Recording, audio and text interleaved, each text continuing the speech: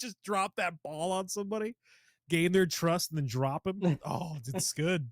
It's good. I respect it. It's not bad. Yeah, It's not. it's a decent piece of business. Let's keep going, guys. All right. We're here. All right. She got me good. I'm still mad at that. I'm still fuming. Cloud Atlas, dude. You made me look at Tom Hanks differently, dude. That's crazy work. It's crazy work, dude. Oh, makes me mad, guys. Erica 100% did that. Dude, she did. Okay, here we go. Guys, we're going to be talking about Aliens Earth. What were you going to say? How do you know Erica from we played, I think Rivals? it was Rivals. It was Rivals. Yeah, she hopped on and then we just started playing like other games together. And then she's like, I can't wait to gain his trust. It's going to be good. I'm excited for what's about to happen to him. Ooh. No, she still plays other games too from time to time. It's good. Man. You know who was like in the same boat though? I got to get back to her. Fuck, what's her nuts? It's still in the Discord. She's in Izzy's Discord. Oh, Wanaki? Dude, Wanaki, dude. She gets in, fucking zinger, and then flies out for like 2 more months, dude. Messes me up. She's like, I just wanted to ruin your day real quick. Just let you know that I'm better than you. The dips. I'm gonna tell you forgot her name. Oh, dude, tell her. That's the only thing I got. It's all the ammo I'd have, man. Imagine if I did that. Makes you watch Forbidden Kingdom and dip, dude. I'd be so mad at you, Sergo. I'd be really disappointed in you. Yeah, that would suck, Sergo. That would be. Oh God, dude. I don't even want to. I don't even want to joke about it. This man long con me, fucking matchstick mend me for a year before he dipped on me. God damn, dude.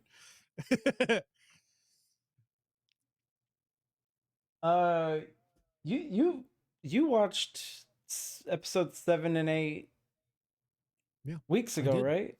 I did. And then I refreshed like earlier this morning. Really?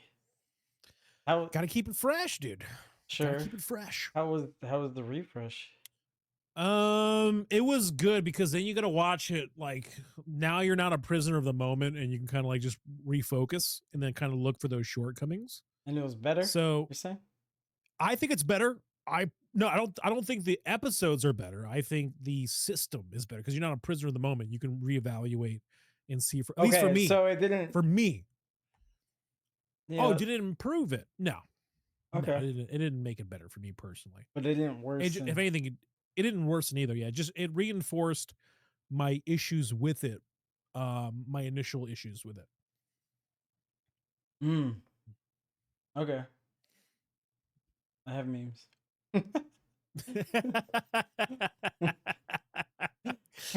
And that's all I have to say about that. This one is stupid. Do you have Max, right? I do. Yeah, I have. Have you rewatched Superman? I haven't, and that says a lot to me. I'm like, I don't really have the need to rewatch it.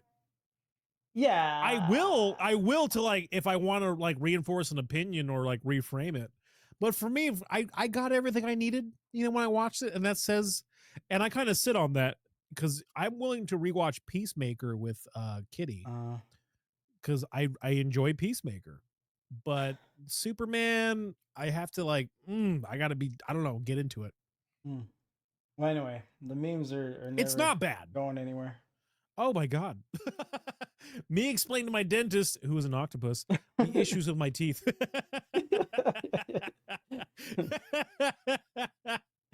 I like that's good. It's so stupid. Actually, I didn't look at the comments for this. Thank you for clarifying. Doctor about to get right with them tentacles.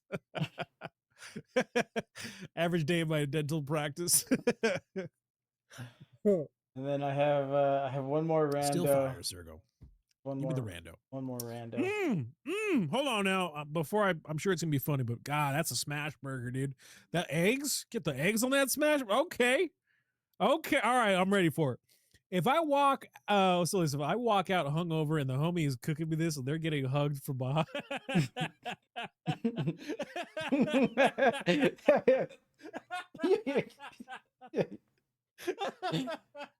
You didn't finish it. You read up ahead of your stupid mouth.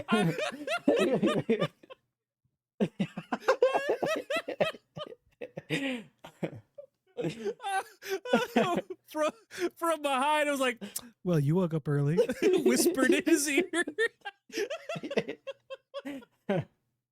That's real love, dude. That's a real intimate thing, man. That's as intimate as me waking up hungover and my boy's making a smash burger for me, dude. That's a real one right there. That's a keeper. Oh, fuck. That's, I don't know how to tell you this. And I know I'm a fat boy at heart, but that's love right there. If someone did that for me, I'm like, fuck, dude. It is. Let me give you a hug from behind and let you know that you woke up early. Well, you're up early. You're well, up early. It's whispered. All right, so that's happened to me, so I know it's like it's really good. That little get up behind you, like, well, you woke up early. Fuck, that's something to aspire for right there. Oh, thank you, Kitty. Oh, fuck. This not gay? Nah, dude. That's not gay. That's the straightest thing I've ever fucking seen. That's a tear to my eye, man. Oh, fuck. Just a simple appreciation token. You're gay, bro. Dude, Dave?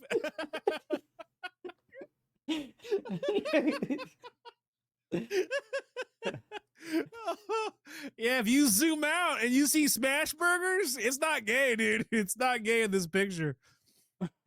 Oh, fuck. It's good. Dude, Dave, whoever commenter the Dave was, he's never been loved before. You can tell he's bad. He's big bad at that. You have saved our lives. We are eternally grateful. Fred woke up on the sofa after a heavy night once, and I made him pancakes in a cup in the morning. Was like having one of these things the rest of the day. Don't think he was used to it. I remember, I don't remember who it was for, but I used to cook in the mornings for the group. I think when we were at Alf, I think at the apartments, if anyone was hungover, I would just be making food. I would just make food. They're like, yeah, I didn't think, I just like the active service was always nice. Because that shit comes in clutch, dude. Like that next morning, well, hungover food. You're an eater. You're an eater. I'm an eater. So what? So this is where I appreciate you. You're an eater, so you're gonna wake up and you're just gonna make food in bulk. Yeah, you make it in bulk for everyone else. Because there's some selfish eaters that'll wake up, make something for themselves. Yeah, it's such an asshole move. Like in Friday when the mom is cooking breakfast, he's like, "What you making?" And she's like, eggs, grits, sausage, and I got some toast. He's like, "Yeah, hook it up." And then he sits down, and she says, "He's like, where mine at? Oh, honey, I ain't cooking for you. This is for me." Papa makes the best pasta. Why, thank you, Kitty. This guy says, might fuck around and nibble on that ear for the one time.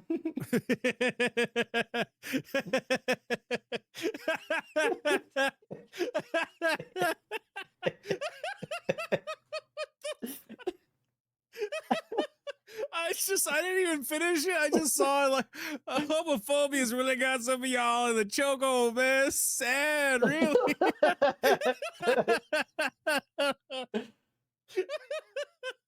Bro, you know, it's not even a game. Hell yeah.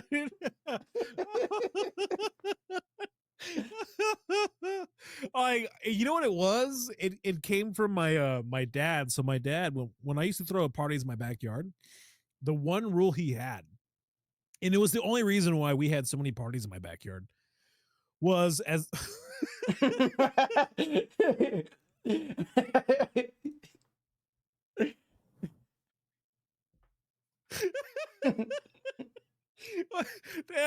oh, bro. Oh, listen, it's not gay, but when you're showing lower back, I don't know. It's a little gay, dude. It's a little zesty, dude. Showing that lower back right there. Got that behind V going right there.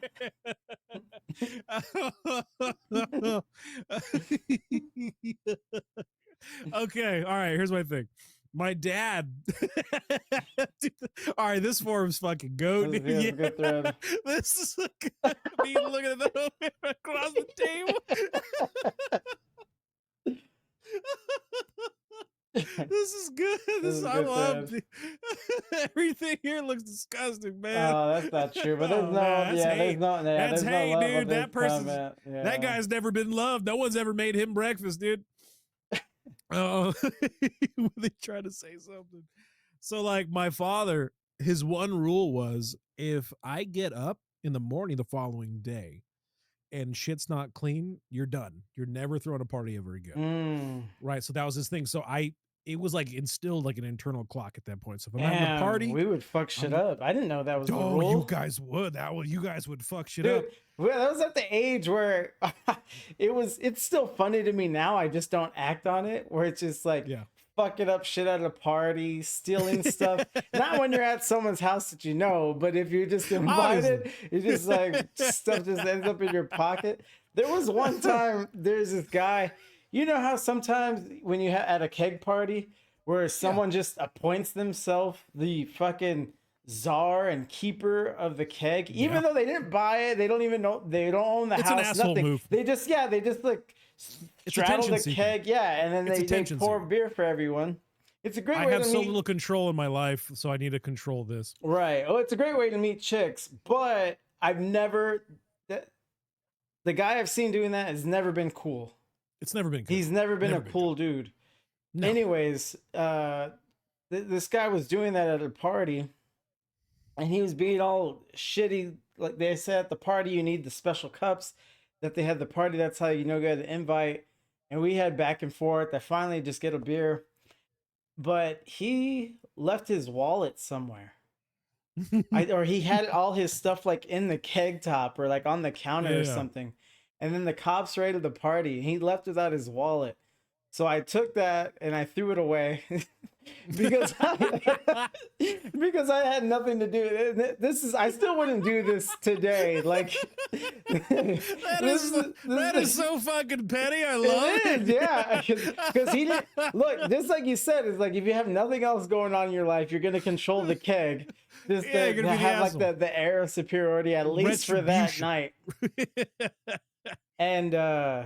And so yeah, I looked in. Of course, he didn't have any fucking money or whatever. But you know what a pain in the ass it is to get a new ID? Get an ID, when you lost dude, your old ID. It's awful. It's the worst. It's awful. So I was glad to gift that to him.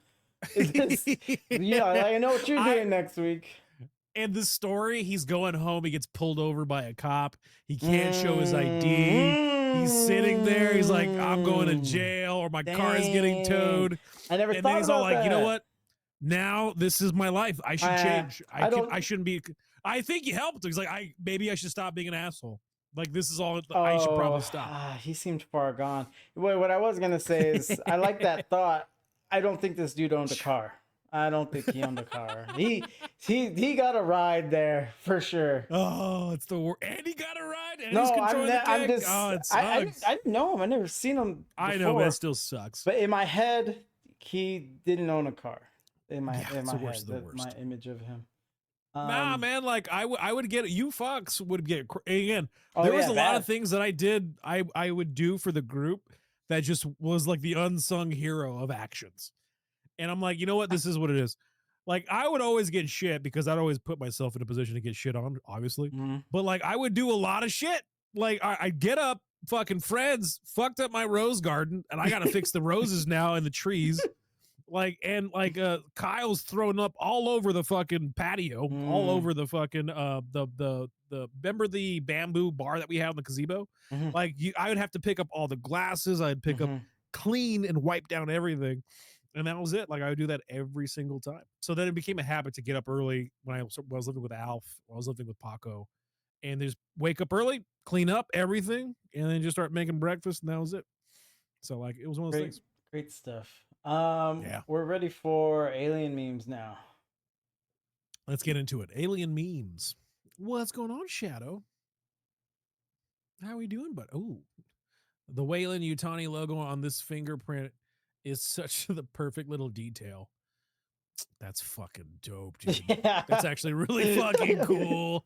That's next level power, man. I don't know why I connect that and be like, that's next level. Mm, mm, dude. Elon Musk wishes he could do that right now. Let's see, but that is not Wayland Utani. It's only Wayland. Shut up. The figure belongs to David 8. This happens to be the fusion Okay, with these Utani. comments suck. I know they're pushing the glasses up and But I'm this appreciating is just the good. art. It's fucking cool. Good. Okay, so these are memes from episode 7 and 8. Oh, So okay. I love it's that. just a mix. Yeah, it's just both. Ooh, way to bring it together. So happy for dude, absolutely. Fuck, dude. Yeah. Dude, this fucking character. This little thing right here is so dope. Definitely the Ah, highlight of the season. he's gonna do some damage. Oh yeah, he is. He's gonna do some serious fuck, dude. It's gonna be bad. What I'm excited. did they did he get, he only took over that goat. So I don't know how No, much. no, no. So at the very end, remember he escapes No, no, through no. the And he gets into the guy, oh, but okay. leading up to Yeah, that, yeah. Yeah, yeah. I don't know how much they got to research, but does he also gain all the knowledge of his I host? I don't know. They haven't really gone into detail yet about that. That's what I was saying, is because he was only I part of a mean, goat. yeah. Yeah. I Um, would imagine if you're able to like control the tendons and the muscles and the brain and maneuver and move it you'll about, get it. maybe. Well, I think right. they'll get it, That's what made me think of it. Is like, well, which is they would. terrifying if you think about it. Like Jesus. Well, right, because Arthur knew everything about the island pretty much. Yeah. So Everything. yeah. That would be really cool if they follow that thread. If they do that. I'll just be sitting here waiting for season 2. Oh, dude, yeah. Absolutely. I maybe it's been too long since I've seen the movies, but Sure. anytime you saw this thing in action, it most of the time it did look like a person in a suit, which really Yeah. threw me off. Yeah, Yeah. yeah. Oh, absolutely. No. Mm. Well, it's like humanoid, right? Well, in terms of like appearances, I get like I low always thought it quality. was like on all fours, which it Yeah, does run no, that it way, does. but I think when it comes to CGI, it does more of a dog animalistic kind of vibe to it, but up close, the close up shots where it's like a guy in a prosthetic, it does look like there's a drastic difference. Over here. I feel like he's too thick. Please don't body shave those xenomorph. no, Bro, let that him know. He's good, man. maybe he could Fucking even be bigger. let Maybe. we saw how much he killed. Let him eat. Shouldn't take too long. Oh god, dude. That's good. Also extremely fucking terrifying. Yeah. Like that's just oof. Everyone else, it's a guy in a suit. It's a guy me. It's a guy in a suit.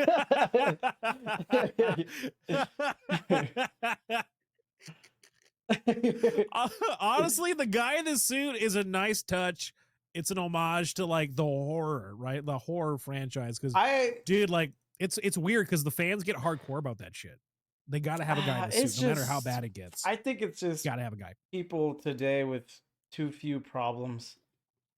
It's like Yeah, no, that's never been a yeah. just Obviously, what a complaint. No, no. When the original Aliens came out in Star Wars, it's just like it was just only enjoyment. People didn't right? nitpick; their minds were just blown. Like, oh my god, it inspired just decades of filmmakers. That Sure. we know today. It's today where you know mostly Americans, but I'll say worldwide, is like everyone is just kind of like a mini producer, for better or Mm, worse, or we just right. see something and we want to pick it apart because that's easy. Because Yeah. Yeah. Yeah. you don't have to make a film yourself. You don't understand the difference, even budgetarily, what it means to do CGI or just put a motherfucker in a suit. And it's Right. just Right. easy to nitpick. To me, it all comes down to look. Like, what did you pull off? Sure. Where it's like, I Does don't it know, look better in the suit? Does it look better in CGI? Like, what's the sake of the art form? I agree. the suit looks good in certain Suit looks good. poses, but Certain poses, yeah. yeah, sometimes you jump, it looked like a But when dude, they're jumping and they're running, I understand why looked they like use a the CGI. guy. It's not Yeah. gonna look the same. Yeah. I love it though, dude. I agree with that statement a lot. Like for me, a lot of the people that we review, like we read the reviews on, were like just people in general, man, on Twitter. They just get lost in the weeds with like what has to be, what that should look like. I'm like, buddy, just fucking enjoy what you got and just stop nitpicking. Like, learn to be happy, man. Just fucking, you can not watch it. You can also just not They're fucking right. watch it. That's the biggest one, is like, Mhm. just You don't have to don't. fucking watch it. Yeah. Here's this My one. wife, when I'm in the shower, I just read that. Nice. Hi. Oh God. Solid.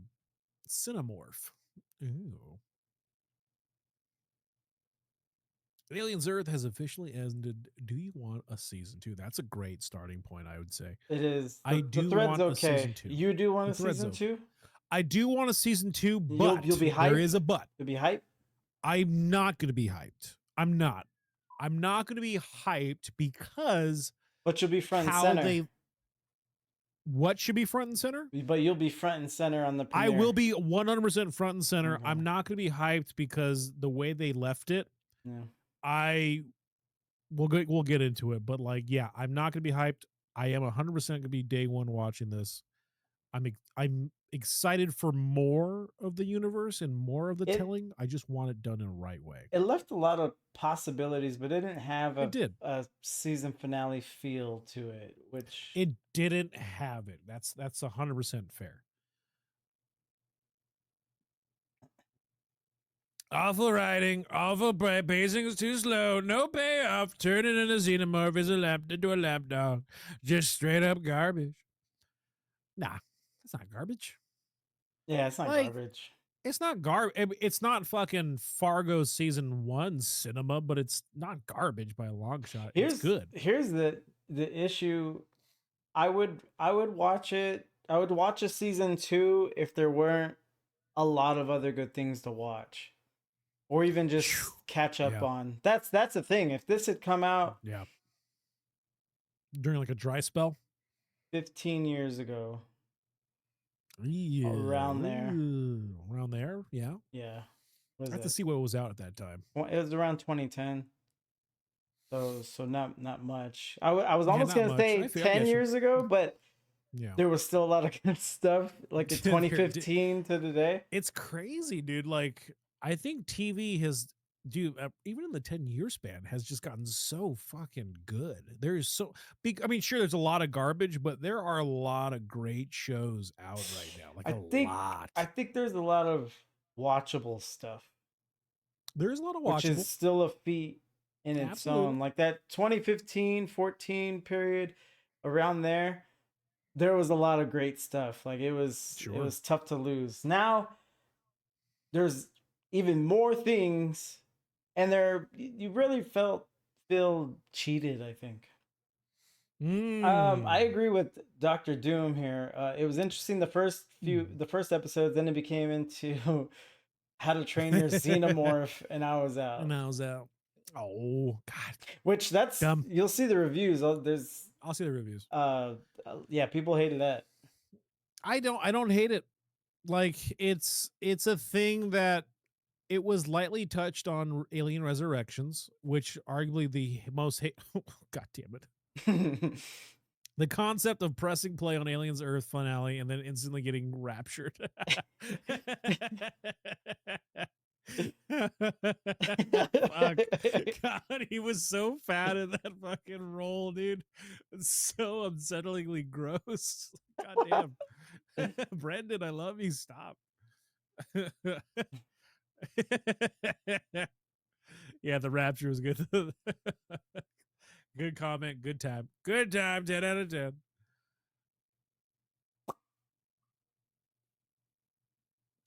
Oh, I like when Twitter does this. The finale with no context. Yeah.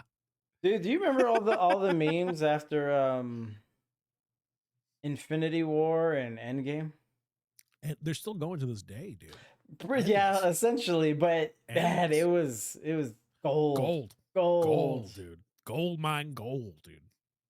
Shit. One of those, it was so good. It was like one of those, I wish I knew I was living in the good times before they were gone type of like gold memes, well, no, there's a lot of that, but now I know, oh, that can happen. So now I'm just Yeah. kind of sitting around waiting for that next big kind of like global moment. I don't know, man. I don't know. I don't know if it's gonna come. No, it might not. I think I'm gonna be honest, and this is a heartbreaking thing to think about. I think we lived in a moment of peak that I don't think it gets as good. Oh, I've come to terms with that. Have you? Fuck, I don't think Yeah. about it. I haven't even come. No, I don't even think about it. I don't want to think. I about did. I did because Infinity War Endgame. it. Top tier, dude. It is. It is. I saw. I watched it. Goosebumps, I watched. emotional, Yeah, every I time. watched it so much. I sat back and I thought about what the MCU had accomplished, and I thought how I don't think any studio production company will have No. that level of follow through again, and to hit on it. Yeah, Because like to really hit. Stranger Things has follow through, but you know, it's not on the same level though. no. That's what's crazy. Like nothing's on that level. Like DC had an opportunity. I think I don't, even with James Gunn, I highly doubt it. I think Marvel's just far more Actually, recognizable. that's a good point. That's a good point. Well, here's the thing. But there's that's if it doesn't come from there, Yeah, it's not it's not not ever coming. foreseeable. I don't know about Yeah. ever, but it's just we don't know it right now. Like we can't. Well, we it's like- we don't even see it on the Yeah, horizon. Here, it's let me fair. remind you before Iron Man. Yeah, You and I read comics, so Iron Man was a bigger deal to us. And Iron Man came out in 2008, so it was on the eve of Civil War, the comic book. yeah. Which it's that good. might have been peak comics, really. Dude, peak comics. So you and I knew the characters, but from a movie studio perspective, Big risk. huge fucking risk, dude. Huge. No one gave a fuck about Iron Man, Thor. You No. fucking kidding? Captain America. These are all what Marvel Studios did is just take these essentially it's hard to imagine that now, but at the time, just B-rate heroes. Nobody cared about the Avengers. You knew them in passing, but Spider-Man was the biggest thing. Spider-Man was at Sony. X-Men are huge. They were with X-Men. Fox. Fox. So Marvel Studios, what can we do? And it was Iron Man and the Avengers. So like you're saying right now, what especially think about the time though too. Think about the time in which they were going to make that offer. You had Spider-Man 3 flop fucking hard, bad. Yeah. And Jon Favreau was all like, "Hey, I want to do Iron Man." At the time, commercially, Iron Man was not the most popular Marvel character. It was Spider-Man, and in terms of like heroes that they had rights to, Iron Man was not popular in the slightest. No. Matter of fact, you could have bought his comic at the time before the movie for I think a couple $100, right? So then Jon Favreau goes up to Marvel Studios, is like, "Hey, I want to do an Iron Man film. Here's the budget. And also, I want to cast Robert Downey Jr., who was like at the time like the biggest fucking liability, and he like it was crazy bad because his history was awful." So you're kind of right. I wanted to look up the timeline. Spider-Man 3 came out in 2007, Iron Man 2008. So it's the year after, but with the way movies are made, like, sweet spot. Yeah. Well, with the way movies are made, that means Iron Man was already in production. So they were probably past the like way past the point of no return when they Oh, they saw could have, yeah. Spider-Man 3 flop. Like, oh my They were god. clutching their pearls. They were like, Yeah, "Fuck, dude, there goes our money." But No. let me see. Because Well, I also also wanted to maybe see, maybe not. because it was just a shitty movie. Okay, all right. It was All so right, fucking look, bad, dude. okay. So bad. Spider-Man 3, Dude. Spider-Man 3, $258 million budget. What do you guess as the gross worldwide? I would argue because Spider-Man 2 is still considered one of the greatest superhero movies. This was highly anticipated. So what was the budget? 258 Worldwide, I would say worldwide. what, 500, half a bill? Half a bill. 892. Fuck, dude. That's 892 million reasons why you hated that movie, dude. That sucks. 338 Jesus. million domestic. So Oh my just God. US and Canada, 338 million. So even though everyone hated it, Thank you, Ren. it's still, still money. That's what studios Still look money. at. They don't mind selling you some shit. Well, we're finding it out God, all that's too so much these good. days, but Jeez. Exactly. Yeah, way too much. Like the fact that it made that much money. And again, that's okay. So again, studios aren't looking at reception, they're looking at dollar bills, right? So like if it made that much both, money, but but dollar dollars the speak, revenue, man. yeah, is Yeah, it speaks so much louder. yeah. But if I was like someone like Kevin Feige who had his like finger on the pulse, I'd be fucking clutching my pearls because that's fucking it's John Favreau, which he kills it, but he didn't have like the track record he has now, right? So it's like you're getting Robert Downey, that's fucking crazy. This is not good, but I guess it's a safe kind of thing or to invest in to like an Iron Man. What year did 2008? It came out in 2008, Yeah. and also the topic at hand too, where it was like, it's about an American warlord. Well, Tony Stark. I don't know. There it was seemed like it was set up for the failure in terms of topic, in terms of actor, in terms of reception of who superheroes already at the time. Fucking nailed it though, man. I think Favreau knew that though. He's like, I want to fucking crush it. I want to. Then no, I don't think anyone knew anything. I think Favreau, that was the peak of his career Yeah, at that point. So absolutely. I think he was a bona fide filmmaker at that point, ready to try his best, which that's dangerous. Yeah. Um, I don't think anyone knew anything. That's my point. The reason Anticipated. the reason I brought all this up is because you say you don't see it coming from James Gunn's DC, but I think it still might not, but it's has a way better foundation for it than the MCU did circa 2008. Well, Mike, And all right, so that too. You know that too. yeah, no, here, all right, so I'll make a counter argument to that. Okay. I'll make a counter argument to that. Because we have a standard of what could be and what has been done before Marvel, I think it makes it that much harder now to try to strike lightning in the pan twice. Now we have a gold star standard of what that 20-year span of movies looks like, the investment looks like really good storytelling and movies that interlock and interchange. That standard is now there. Before there was no standard. Oh, right. Before we were just happy to get, oh my God, fucking Samuel Jackson's in a cameo. This is the biggest thing since sliced bread as Nick Fury. Like that was amazing, dude. It was incredible. We lost our shit, right? Now you'll never get that. So now there's either an expectation or a standard that if you want to meet it, it has to be as good or not, if not better. Is there a director who can do that? Yeah, James Gunn. Mm. Could he do that based off what he's doing right now? Nah. As much as I love Peacemaker, it's not. It's just not it. As much as I thought Superman was good, it wasn't great. It was good.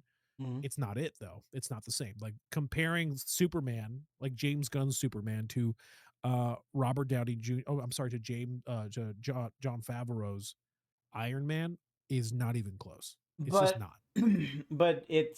but a lot of that's context, the context that we're talking about. Whereas No, I've watched you Iron just Man said so it. many times. I still watch Iron Man. It's such a good fucking movie, dude. Well, It's so good. well, no, it's obviously better. But my point is, you just said it. Yeah.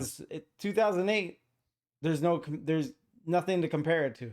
Nothing compared to. You're like, But now it has something to maybe compare it to. Spider-Man a little bit, but Yeah, sure. it raised it, pushed It the raised the envelope. bar. Yeah, raised the bar, pushed It the pushed envelope. the envelope, created a standard. Right. And James Gunn, again, if anyone was going to do it, and I'll say it again, he is the guy to do it. He is the guy. What is the next move? The Supergirl is coming out next year. Is that what he's saying? I believe it's coming out next year, yes. And then we have Clayface. We have Clayface from Batman.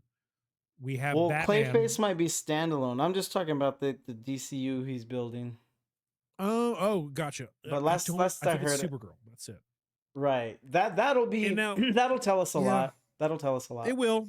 And again, James Gunn is the only guy who's able to he's done it so much, dude, where he takes characters that no one's ever heard of or cared about and fucking crushes it. Right. And now you care. Like, he creates heroes. That's crazy to me, dude. It's awesome.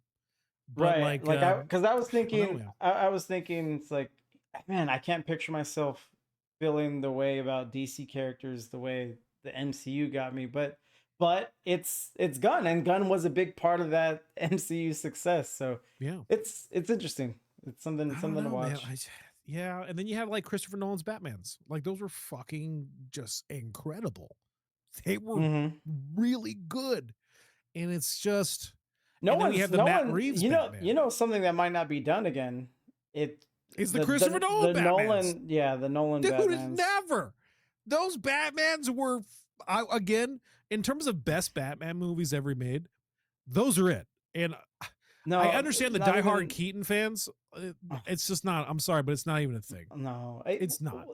But because those three movies are just good movies, you don't even have to. Yeah, they don't even have to be a superhero movie. Right. Yeah. That's my point. Is we might not ever see a director again.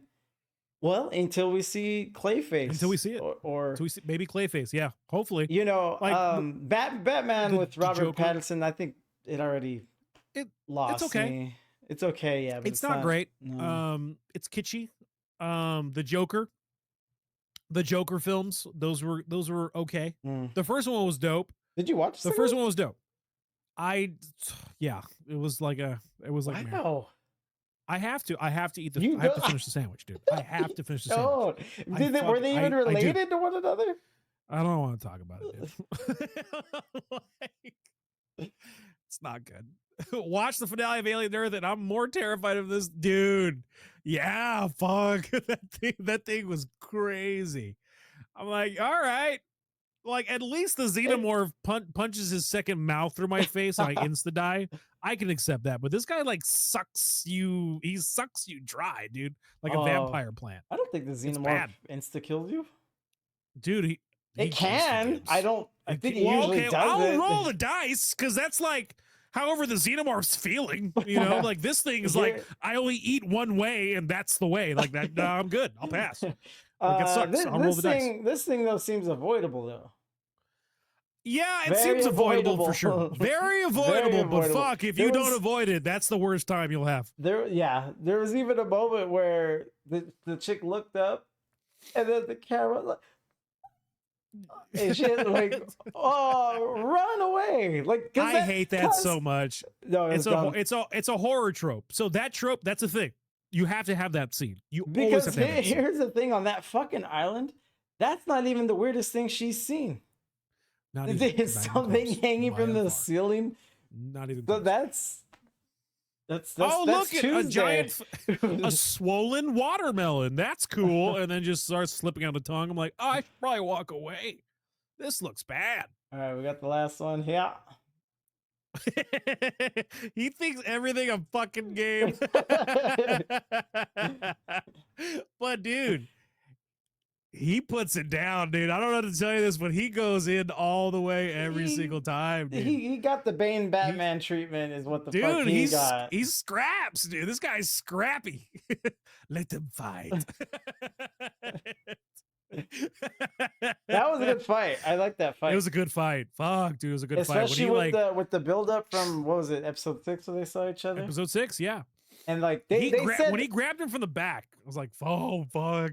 Just overhead fucking body slam, breaks him in half. when they had that face off in episode 6, they had other Yeah. words, like their dialogue said something different, Yeah. but the tone was "fuck you, bitch." Yeah, fuck you. Fuck you. The Well, fucking... catch me outside. How about that, dude? Well, let's When he broke his back, that was the but here's my thing. Mhm. This is when I know this guy fucks, right? When he got his Okay. back broke by Moro and he still proceeded to choke the shit out of him when he had the Yeah. opportunity to with half a back. I'm like, dude, get it, man. You're dope. And you know, with that so good. with that move, we're back to these odd android limitations. Like, why would you have an android with a windpipe? What are we doing here? What the fuck are we doing here, man?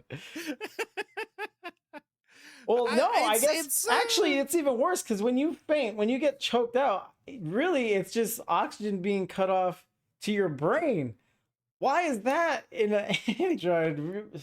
If I Pointless. had to put it, it's not so much as get oxygen choked out. It's the fact that the wiring connected and everything's breaking while he's choking him out, right? If I had to put some type of science behind it, like you're literally destroying the connectors that are in his neck to his brain, if they're there. That's my first thought. I'm not justifying it. I'm just saying. Bad first thought. And I think Morrow is a cyborg. He's not an android. I think it's the difference being the difference being is a human with cybernetic enhancements. That's what makes him a cyborg. An android is completely cybernetic. Okay. It's completely so we a haven't robot. seen an android then. No, that's Josh. What's his fucking what's the actor's name? I forgot his fucking name already. Oh, Timothy Oliphant. Yeah. Timothy. God, I always get him. Josh, the other guy, Justified. Timothy Oliphant, the other guy, who are always like they look exactly alike, and they're actors. You know who I'm talking. It's literally the only other actor. Well, I'm thinking of Emil Hirsch. No, I'm thinking of Josh Duvall. I think his name's Josh Duvall. He was in the Transformer movies. Oh, they yeah, look you're exactly, right. Yeah, they look right. exactly alike, dude. I always get this. No, yeah. He even talks about it on late night. He's like, all right, Timothy Oliphant's talking to Conan, and he's talking about, yeah, so I met Josh Duvall at a baseball game. It's Josh Duhamel. Dumel, Yeah. and they oh my god, dude, two incredibly handsome men. It's fucking ridiculous. The only thing that splits them is that Timothy Oliphant ends up in Things I Want to See. Yeah, absolutely, dude. The only difference between them, really. What sucks, I feel bad for Josh Duhamel because when he started his career, and then Timothy Oliphant existed. You're like, well, fuck. Like there goes every casting choice, dude. There's always the dime store version of the actor that you want. He's 100% because Timothy Oliphant's a good actor. I can't say the same thing about Josh because I've never seen him in anything like fucking great. Hold on, I was gonna hold on. I'm all look at the top search is in your web right there. It's like second Timothy Oliphant. Yeah. Oh, I feel bad. There's good looking dudes. Those are just good looking dudes right there, man. All right, hold on. Okay. Did you ever see Shogun? Yeah, great show. Good, yeah. Really good. Very good, yeah. They're coming out with the second season I'm that very I excited. won't watch. Why would you watch it? Because I don't trust it. The first season was based on a book. Yeah. And the writers and showrunner or the creators said, no, we don't. We just want to do this one-off limited series. And then I'm sure FX Hulu made them an offer they couldn't refuse. Like, hey, we're coming back. So there's just a horrible track record. Are there any other books after that, or like have they covered everything? There is, but none as popular, and I think more recent. No, it oh no, it might be good, but anyways. Okay. I did not know that does frame it. I'm still gonna watch it though. I'll be honest. I'm gonna give it a shot. Dude, that actor who plays every single Japanese person in every fucking thing, dude, he's living his best life. God, he's Okay, like, dude, I so gotta get stereotyped and typecasted, and people keep wanting me. Absolutely, this is dude. This guy freaks me out. yeah, he This guy does. scares me, But dude. this is like a dime store Hardy. If you can't really afford a Tom Hardy, this is budget Tom Hardy. Dude, I hate this guy. I'm never you. Thanks for the rip, dude. Go to the gray suit, second row. No, go down, second row, second row, fourth picture. Oh, to the second right. row. This one. Nope, fourth picture to the right. That's unsettling, dude. That's Yeah. weird to me, dude. I don't like it, dude. So this guy, Cosmo Jarvis, was supposed to be He's a good actor. Yeah, I liked him. He's Thank you so much. I'm never you for the resubscribe, buddy. Love you. He was supposed to be in Christopher Nolan's Odyssey. He dropped out. He was. He dropped out. What? Who drops out of a fucking it was Nolan a scheduling thing. What were you doing? And what?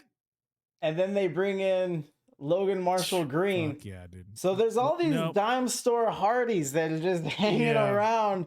If you need them on short notice. I know exactly what happened. I know exactly what. Ask me what happened. Ask me. What happened? Nolan sat there and watched the Venom films. Is like, I can't. This guy doesn't make good decisions. I can't have him on my set anymore. I can't have. He's got the Venom filth just stank all over him. I can't do it. Well, no, I don't know if Tom Hardy was ever involved with the Venom films. No. Tom Hardy was ever involved with Odyssey. That's what. No, listen. We could have got Hardy had he made better decisions in his life. And but I'm telling you Hardy right now, already gave Nolan Bane. Yeah, he's like, all right, this guy's Nolan good. And then he went off to see play him, Venom. No, but Nolan isn't going to see him in something else that wasn't written by him and his brother and give that any credence. He knows what Tom's about. Nah, Tom's about shitty movies and terrible writing now. Can't do it, dude. I can't give him credit, dude. I can't. I just can't do it. It's awful. It's insane. It's literally insane. If you see the train moving at you, you're like, that train's not coming, and you still get hit by it, you are dumb. You're a dumb person, and I can't trust anything that you decide on. It's insane to me. Anyway. I'll pick this guy every day of the week, though. This guy's dope. Wait. Are they the same actor? No. What's he been in? This is what I've seen this actor before. Prometheus. I don't know what Logan else. Marshall. Logan Marshall. Logan Marshall Green. What's he been in? Listen. Tom Hardy's got to step off the whole weird, whatever his look is. We gotta let somebody else step up. All right, he made his mistake with Venom. He's never getting it back again. Man, we gotta figure. We gotta get another Tom. We gotta get Tom. You have completely changed. You didn't even want to speak ill of Hardy about it. It must have been when I found out about the writing, dude. It was the writing. Like, oh my god, dude, you're a horrible person. That's horrible.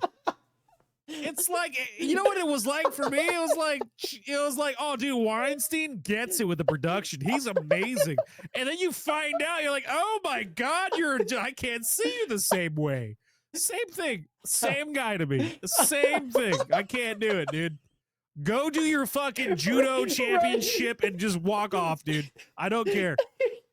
Grow your hair, be sexually ambiguous, and go do judo and leave the acting world. I can't do it. Let's just get you on record that sexually assaulting someone is just as bad as writing the Venom trilogy. Yeah, because both were non-consensual, dude. I didn't consent for that. I didn't want it, yet it happened. That's fucking crazy to me, dude. Go away. Go away. Leave. You're not weird. You're a horrible person. Okay. All right. So give this guy a chance. Give him a chance. We're all over the place. So we're. All right. I was looking up. Bring it home. Josh Duhamel's filmography. He's in the first Transformers and Transformers: The Last Night. Other than that, his biggest claims to fame are Safe Haven and Turistas. That's because Oliphant's just taking all the roles, dude. Well, right. He is better. He's better. And then I'm looking just chronologically. He's working. He was in 3 things this year. Sorry if you missed him. You know what? If I could be an actor, go under the radar and get paid, that's the life, dude. I'm gonna be honest. That seems pretty good. Yeah, no, you're not. If You're getting not paid, lying. if you're getting paid, well, you know, here's the thing, and I think about this often because I've been flirting with the idea of a move to LA. It's not like in any normal place you can make yeah, like 40, 60 a year. If you have no bills or debt, you can live decent. you can live decent. LA, fuck you. No, not Fuck at all. you. You just Not can't. at all, dude. So You need 200,000 minimum to like on your own. right, just so, right to rent a room.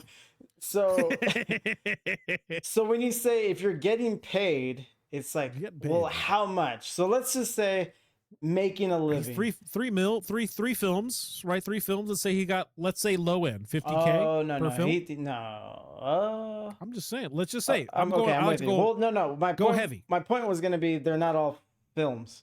So there was 2 movies in 2025, and then he was in 10 episodes of this TV series. Oh well, fuck episodes. You get paid on those episodes. For what? Ransom Canyon? Where do they show Ransom Canyon? I don't know. Maybe I don't know either. Maybe you get like what? Let's say you get 10,000 an episode. That's still, you're making out like around 50K. So you know, if 50 to 100,000. If you could control where you live and you're not in some shithole in LA, you know, maybe you travel to LA, work there, and then you leave and live somewhere more cost effective.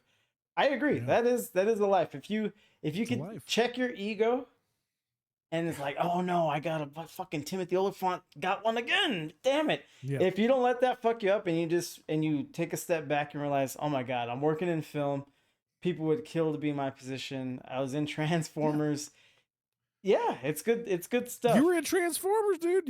It's fucking good. Here's the thing.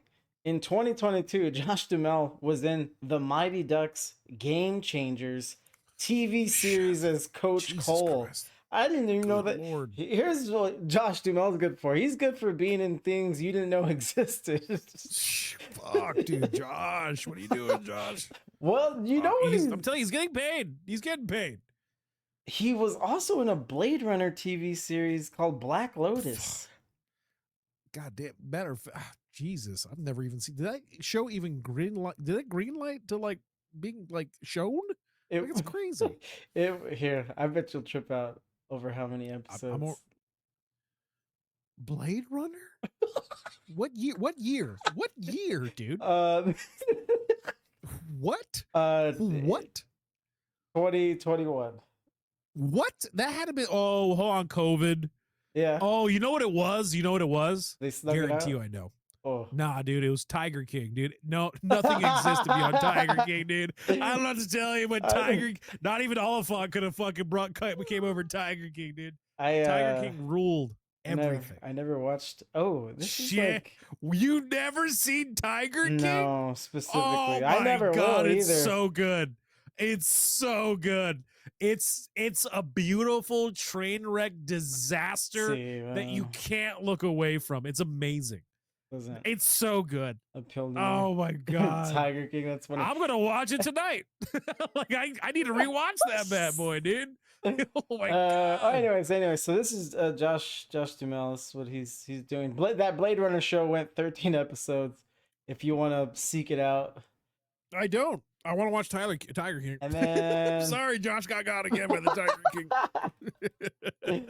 And then you want to see what Logan Marshall Green has been up to. Yeah, let's check out Logan here. I'll give him a look. So again, until he writes the next 3 Venom films and completely shits on the hero that I love, he's in my good graces. Yeah. Okay. So Prometheus, Upgrade, The Invitation, and Devil. All right, that's not a bad track record. Devil, Upgrade was pretty wild. That one in the elevator. Yeah, that one. It was a Shyamalan film, right? I believe Devil was in fact. Shyamalan. Mm-hmm. Yeah, that one got good reception because that was like people were like, "Hey, this is like Shyamalan back in form now," which is nice. This guy seems great. this Logan Marshall Green seems like he's on a better trajectory than Dumas. Josh, for sure. So Yeah, for sure. they tapped into Logan Marshall Green for the Sex and the City series reboot. Get it, buddy. All right, there we go. He was in Dude, that. white crazy Karens love that show, dude. No one else does. That is literally made for nobody else. I would get it, dude. He was in Carry On, the Netflix movie with your boy from Arrested Development. Ooh, Jason Bateman? Yeah, Bateman. Bateman. Yeah. You know what? He's fucking crushing it too. For sure. Dude, big time. So yeah, not much for Logan Marshall Green. The point is, I'm excited. Yeah, if you've completely forsaken Tom Hardy. Well, they got some alternates. But so did Nolan. Nolan did the same thing. They got some alternates. I'm down to alternate all day, baby. Like, give me that. You're a horrible person. Dude, you are. Come on, dude. Don't even play with me like that. I have a 40-second trailer for the finale. We want to see that? Yeah, let's do it. Something you'd be interested in? The 40-second trailer for episode 8 trailer. Let's go ahead and get it going. Feels good, doesn't it? Being more than human. Remind me about his black eye. Your food to them. We'll be okay, won't we? Won't we? All this time, we've been afraid of them. But I think they should be afraid of us. Good. It's good. Let's see what the comments. That trailer already put me in the same. All right, let's look at the comments and then we'll see from there. Dude, Timothy Oliphant is absolutely killing this. Every time Kirsch is on screen, I'm fascinated. He's such a cool character. I agree. I think the hair is doing the heavy lifting on that. It's his acting, dude. His acting skills. All right. Think about it. Okay. As a director, hey Oliphant, give me it dry. Just give me it dry. What do you mean? Just give it to me dry, dude. Just say your lines, but do it in like a cold, robotic just way. That's hard as shit, dude. That's really tough. I'm telling you that right now. Keanu can tap into that. Keanu just does that. That's his baseline.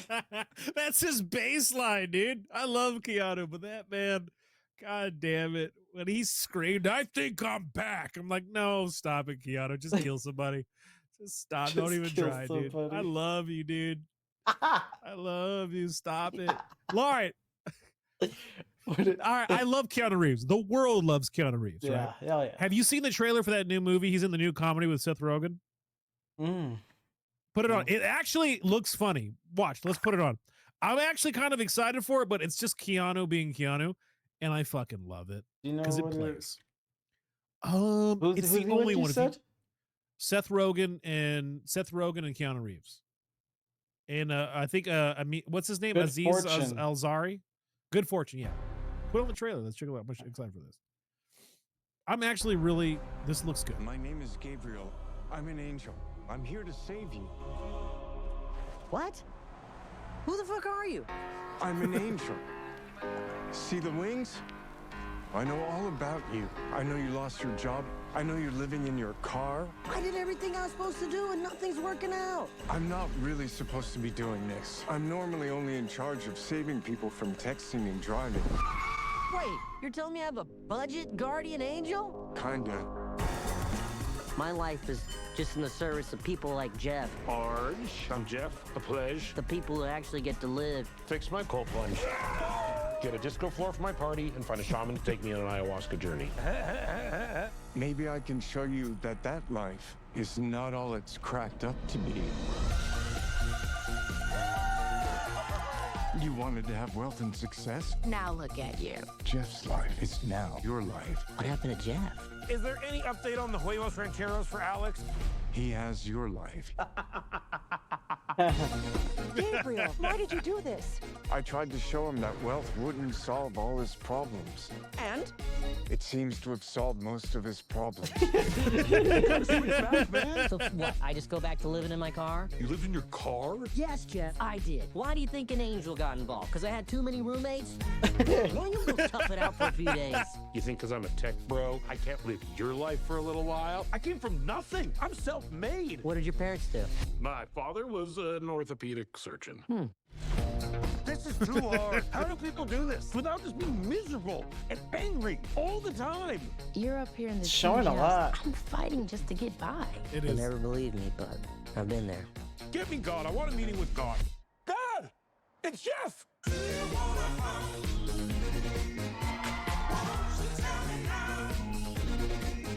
What has happened to you, Gabriel? You're smoking cigarettes now? Leave me alone, Jeff. I like it. It's all I have. Can you fly? My wings are too small. Not the size of the wing. Actually, it is. Oh, that's too bad. It looks good. Oh, it is looks that like soon? a fun. This fall? Yeah, there you go. It looks like a movie I'm excited to see, to be honest. But it's just Keanu being Keanu. Like this is what it is. Like that's what it is, and I'm here for it. He looked not physically, but the acting looked Just bad. Keanu. Oh, it already has a Yeah. rating, It already has a rating. What's the rating? 6.8. What? Out of 10? Who saw it already? It's out October 17th. There's All right. 3 user reviews, 6.8 out of 10, 155 reviews. What the fuck did they say? What the fuck? What, was it bad? No, I don't know. I don't like this. That's weird. Yeah, That's weird. It's weird. Like you shouldn't even Weird. have access to that. What are you Yeah, doing, dude? yeah. You're being weird, dude. Yeah. Where's your Um, embargo, dude? I don't Go know. away. I don't know. Man, I All can. right. I need. If I went 10 years without seeing Seth Rogen, I don't know if that's enough. Really? I What? think What's so, wrong with man. Seth? He's just What's wrong with Seth? at his peak. We're talking knocked up and Pineapple Express. Oh, Knocked man, Up, so good. 40-year-old virgin. oh, beautiful. It's like then it was just oversaturation and the level. And he did it fuck again in the fucking movie. God, you know what he needs? He needs because Will Ferrell did Stranger Than Fiction, and everything Sure. He needs one of those. I don't think He is. He has it. What He's is it? gotten he got a bunch of Emmys a couple weeks ago That's for not that the one same. show. But he's still What's him that one though. show? You know that one show? I- Is he still him in that movie? The In that studio, series? yes. The studio, yeah. That's why I turned it off. off because Oh man, that's rough. he was still him. He's a little, he's an executive, so he's a little more, but it's still him. It's still the same Sure. humor. I love Catherine Hahn, but she's always fucking Catherine Hahn.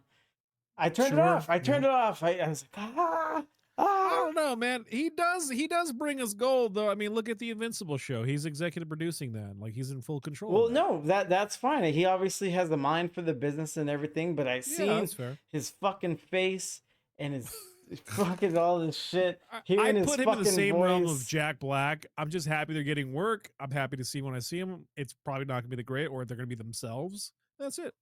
Jack Black. When you see Jack Black in a film, you're like, all right, it's going to be Jack Black. I'm trying to think. Well, I'm trying to think the last time I saw him. He But was. he's he was in the he's Borderlands he's- movie, which was rough. The fucking Minecraft movie. he's spread out and he hides in those dog shit movies that I would never watch.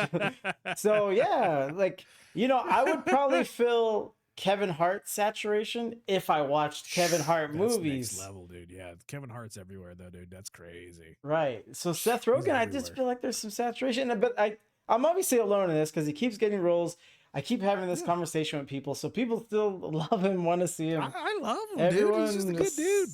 He Like, seems what's okay. wrong with being a good dude? You know, like it's just what.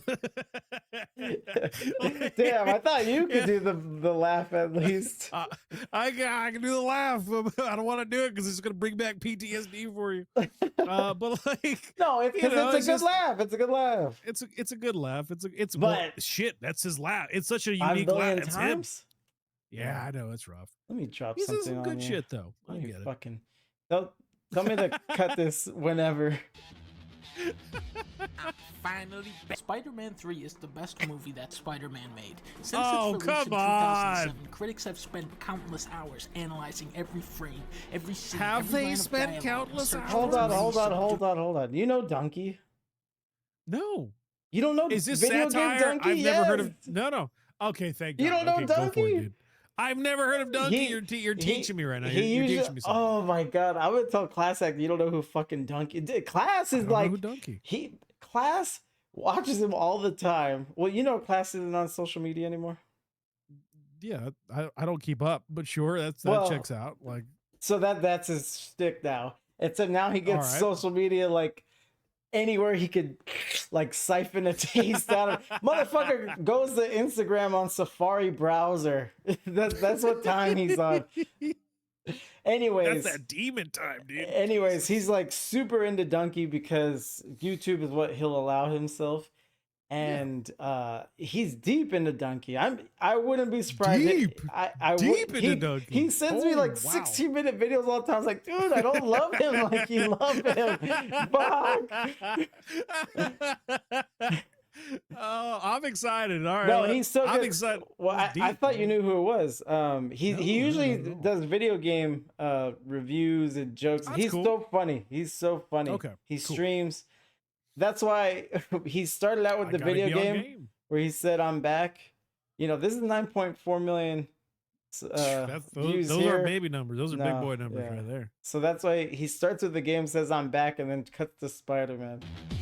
I'm finally back. Spider-Man 3 is the best movie that Spider-Man made. Since its release in 2007, critics have spent countless hours analyzing every frame, every scene, every line of dialogue in search of its many subdued themes and messages. Like Garfield, Spider-Man 3 is a film about layers. On the surface, it's your typical thriller-minute blockbuster with cutting-edge special effects, but upon further viewing, you start to understand this is merely a facade, a false attempt to placate a broader audience. In superhero movies, you can only tell two different stories, really. The origin story, or a story about heroes learning to work together as a team. Spider-Man 3 shatters expectations by not giving you the rise of Spider-Man, but rather the fall. Peter Parker becomes tangled, if you will, in a web of violence and deceit, and ultimately becomes the villain. The movie starts with Pete. He sees his best friend, James Franco, and he clotheslines him down an alley and kills him.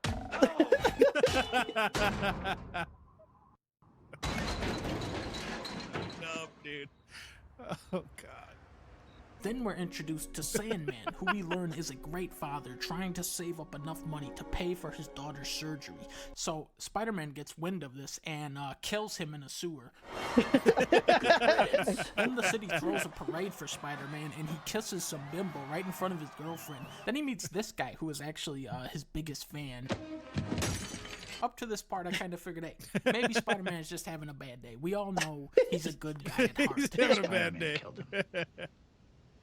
Spider-Man? I don't understand. Spider-Man doesn't kill people. But then fucking stupid ass James Franco starts being alive again. So Mary Jane dumps Spider-Man for no good reason. And then she says she's seeing another guy. Spider-Man, in a state of such distraught and fragility, goes to the only guy he thought he could trust, James Franco, Dude, he was so who goes, surprised. I'm the other guy. fucking backstabbing piece of shit, James Franco.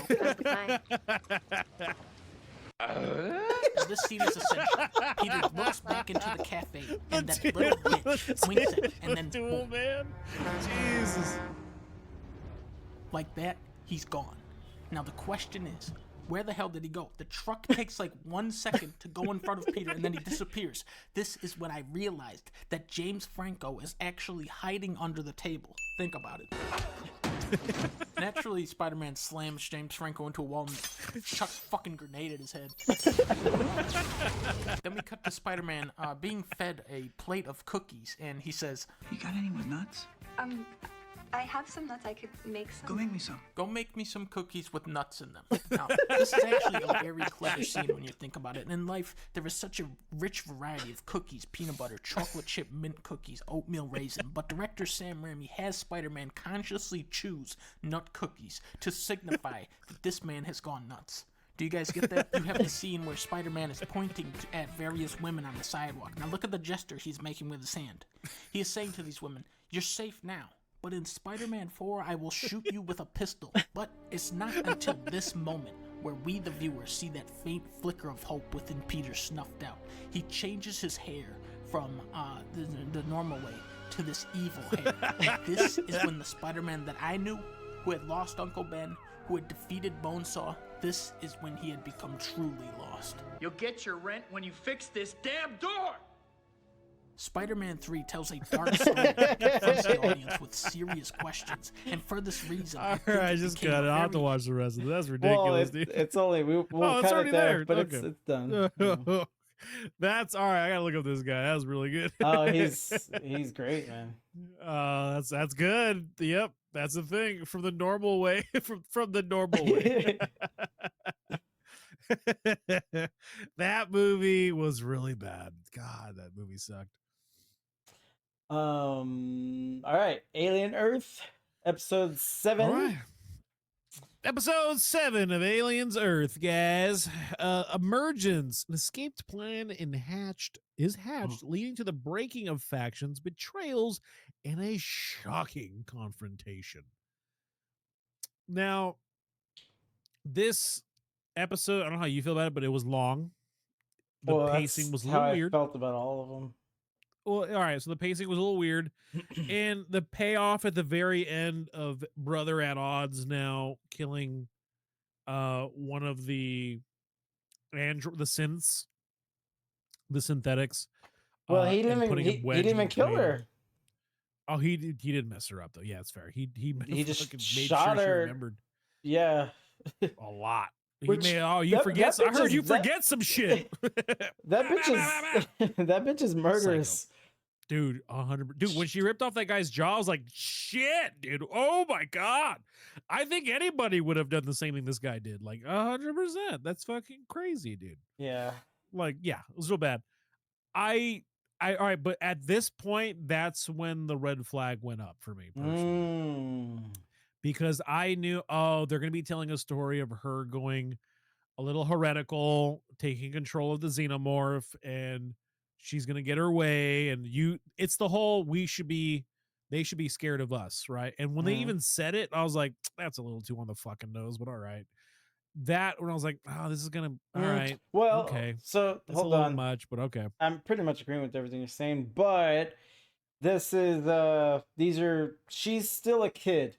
She finds herself in a leadership role, so she's a little more matured, and she's grown through these circumstances and with her powers and her abilities. She's still a child leading children who they're still just children down to their core.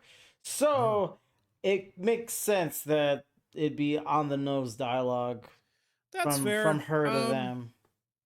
Yeah, that's fair. In my head, I don't know how far you can milk that though.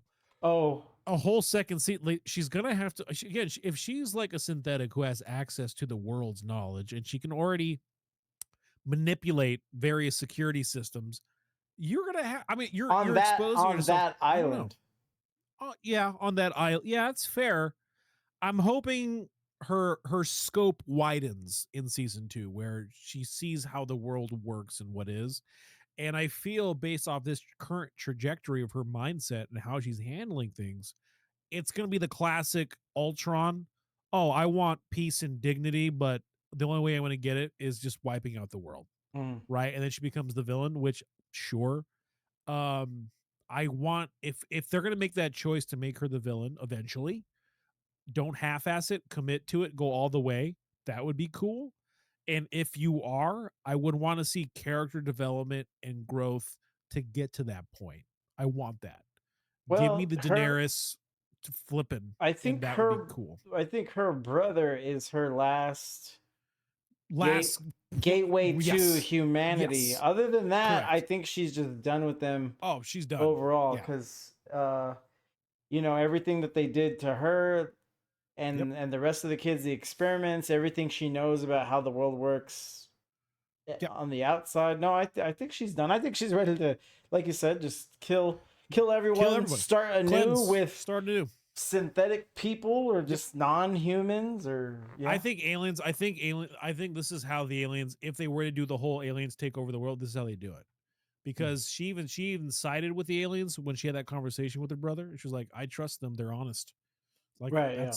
that's infinitely better, you know. And again, I just don't want them to half-ass it. I want them to fully commit to it. Well, they're Commit already to it. kind of doing it, so Maybe. I feel like maybe. I feel like I don't know. It leads to it's that classic trope of I'm gonna take it too far, and then my brother, who's my last bastion of hope, dies, and then something happens. If something happens, he's in the crossfire of it in terms of writing. Either she doubles down and she goes full on fucking primitive, right? Primate, fucking fuck everybody. Or she realizes she's gone too far and there's got to be a better way. She doesn't want to end up like the humans, right? Just murdering everything. So they're already kind of pigeonholing. If again, those are the only two I foresee, unless there's some other type of like way out of this writing. But it's already well, the I way don't the know. way out is here's what I will say about the last two episodes is that they left a lot of possibilities. You They know, did. the They did. eye has a human They did. host. He's just on the Yep. loose, and we don't really Yeah. know his motivations. Right. So that could put a monkey wrench into anyone's plans. Really, she's keeping. I think Hirsch and Fat Droid are the biggest threat to them, and anything they be. want to do, and they're keeping them alive. Sure. So there's a lot of possibilities. So we'll see. It's if people are uninspired by how the season ended, I couldn't convince them otherwise. But there's a lot to work with. There's a lot to work with. There is a lot to work with. I feel like if the eyeball ends up becoming the hero down the road, where he's able to like take out her, like again, that'd be Wendy, like that'd be really cool. I think that's one way of writing it, where it's like she's gone too far, and then the fucking eyeball, who everyone already loves, is voting for and rooting for, who's the natural predator of the aliens. Then like, yeah, that makes complete sense. That'd be cool. Um, Again, I hope they commit to it. She seems like a good actress. I'm not familiar with her work, Oh, but yeah. she can take it there. She can easily take it there. And I'm all for it. All right. Reviews. 10 out of 10. A hater, a glazer, a hater, a man right down the middle. 10/10. It is good for me. I think I saw what is expected from the Alien series in this series, although most people expected a lot of violence from the series and the same nostalgic style of Ridley Scott, but I think the nature of the series is that you slowly get to what you want. Thanks. Good production quality and good cinematography were that was expected from Ridley's work. Oh, I see. All right. What it's saying. I think I saw what was expected of the aliens in this series. Although most people. Have you rewatched Thunderbolts? I haven't actually. I have to put it on I gotta put it on there to rewatch it. Oh, I've been There's some like good falling parts of that asleep movie, to dude. it. Yeah, hold on. It's good. Hold on.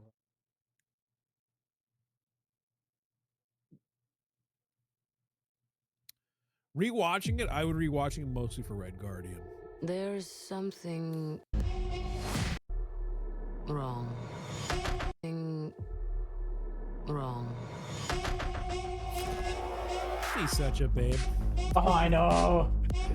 She tweeted, or no, she was in an interview, and she was saying, "Yeah, I have to admit, I'm a handful to date." and someone reported it on Twitter, and then someone retweeted that and said, Yeah. "All right, guys, I'll take one for the team. I'll bear this cross."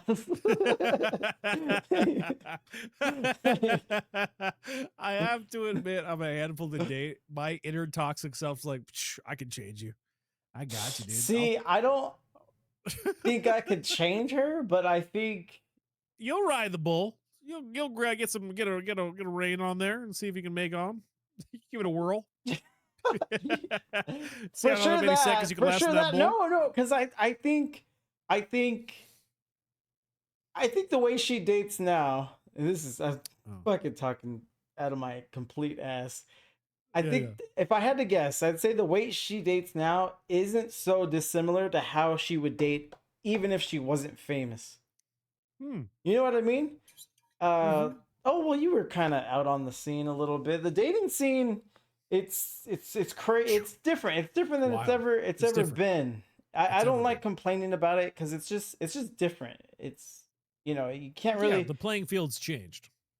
in so many ways. So what I will say, you'll meet a lot of women who just try to ride the line between this staunch independence and still kind of wanting to feed into the man woman dichotomy that makes that those relationships work, Oh yeah, those I'm aware. straight relationships work. I am so happy I'm out. I'm so happy I'm out of that shitstorm of a complex horrible So situation. like I'm saying, I think she was probably like that before fame, but now she's famous. So now it's just probably fucked because who's available to her now? The guy that tweeted that funny joke the other day. Famous men have to be the worst, right? There's got to be a level of narcissism there. Yeah, absolutely. But just like of unfathomable Yeah, to the nth levels. degree. For Yeah. sure. Yeah. So, taking everything I said into consideration, it just got to be next level. So, if I were to ever find myself on a date with her, or even knowing her like platonically, I would love to take our conversations to like how you and I are talking now. Yeah. Just acknowledging where the dating scene is. Like the thing with women, especially hot women, is like as soon as puberty hits, like every guy you meet is trying to fuck you big time. And it's I imagine it's so jarring. And then again, like beauty. Everyone's so nice to me. Everyone's like so nice, and like I get a cut in line, and people bring me free stuff, and this is awesome. And beauty and fame will just exacerbate all these things. So yeah, well, like men are valued in service. Women are valued in beauty to some degree, right? There's some truth to that. Yeah, with you know what, and this is the reason why a lot of celebrities they date or they end up marrying people who aren't other celebrities, because there's like this down to earth, grounded reality living in the real world that's alluring to someone who's a celebrity, I'd imagine. Nicole Kidman and Keith Urban are getting divorced. I never liked Nicole. Whoa! What the hell do you mean? No, I feel bad for Nicole Kidman, dude. She seems nice. She'll escape out. You mean just not attracted to her? I've never been attracted to Nicole Kidman. Oh, fuck. I put her in the same vein as like her and Natalie Portman. They're just faces. They're just so bland to me, dude. Have you seen Eyes Wide Shut? I have. Okay, let's go to the 1 out of 10 review. I gotta move on. There's no arguing with this psycho. I get it. Yep. Well, we do agree with the Florence Pugh. Such a babe. Such a babe. She is. I'd be right there. So good to her. I'd be right there having her breakfast. I'd be massaging her feet, waking her up just so softly right there with her. I'd be so good to her with the white noise on and everything. Blanket sheets already folded, her clothes ready to go. I'd be so good to her. And I do like that word, babe. That's a good one. She is such a babe. I remember this was a long time ago. Someone was complaining about the casting for Hermione for the movies. Uh-huh. And they're like, everyone's got a complaint. And they're like, yeah, Hermione was supposed to be this unkempt, dorky, geeky, crazy-haired chick. And then it turns out, they cast her for the movie and she ends up being from the planet Babe. Well, all right, that's a weird thing to say because she was a kid when she got casted. So we'll give that person the benefit of the doubt. No, they were probably fine with it then. And we'll give that person the benefit of the doubt that they were talking about the later movies with Emma Watson. Like that. Yeah. Emma Watson. Listen, the real magic was fucking getting what's his name? They fall in love with him. I never understood that dude in the slightest bit. Like Rupert he's Grint? such dude. Rupert. We've Grint, had that nah. conversation on this Have we? show. Yeah. Fuck, dude, I can't. That's the real. We magic won't bring right him there. up again, but you were on to something because we only found one good picture of him. That guy does not fuck, dude. That guy, life is fucking him. I think Ron Bad. Weasley does, and he's Ron Weasley. Fuck, dude, Ron Weasley, dude. That's a hard sell for me. Oh, he's dating Emma Watson. Well, you don't like dude. Nicole Kidman. You just don't like redheads, is what we're hearing from you. No, first of all, redheads. I love me some redheads. Right, my favorite. All right, what's the one chick from Mad Men? Psh, such a babe. Christina Hendricks. Dude, Christina, such a babe. I'd be so good to her. She too. just got a divorce too from that guy. From the goober. Yeah, man. She gave all the goobers hope. I was like, fuck yeah, dude. You see past beauty standards? Get it. That's fucking great. The schnozberries tasted like schnozberries, dude. Get it. I'm so pumped. There is a chance. We can get that. No, like, I don't know. There's just something about like thin-lipped, bland face, forgettable. There's nothing distinctive. It's just swap.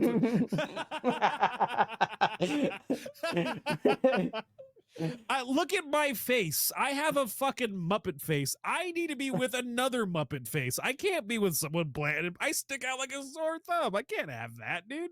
No way. I can't. No way. Okay, moving on to the 1 out of 10. Here we go. How dare you turn the xenomorph into a trained dog? It's so dumb. I don't know if you Such a can dumb. keep that voice for this. Oh, it's not that long. Okay. I can accept an android or a synthetic capable of communicating with an alien, but controlling it like a trained dog? There's plenty of material, including the original films, that claims a xenomorph can't be controlled. It was easy. You shouldn't do it. This is contrary and ruins the show had to offer. Also, really, no one but Kurshkin saw the children carrying a human body? Isn't there supposed to be a super safe place? No one watching the cameras. Another thing, in the big island, in the jungle, a chest burster that couldn't be found by kids out of nowhere is captured. Unbelievable. Looking at his name, I completely gave him the wrong accent. Raul, I'm so sorry.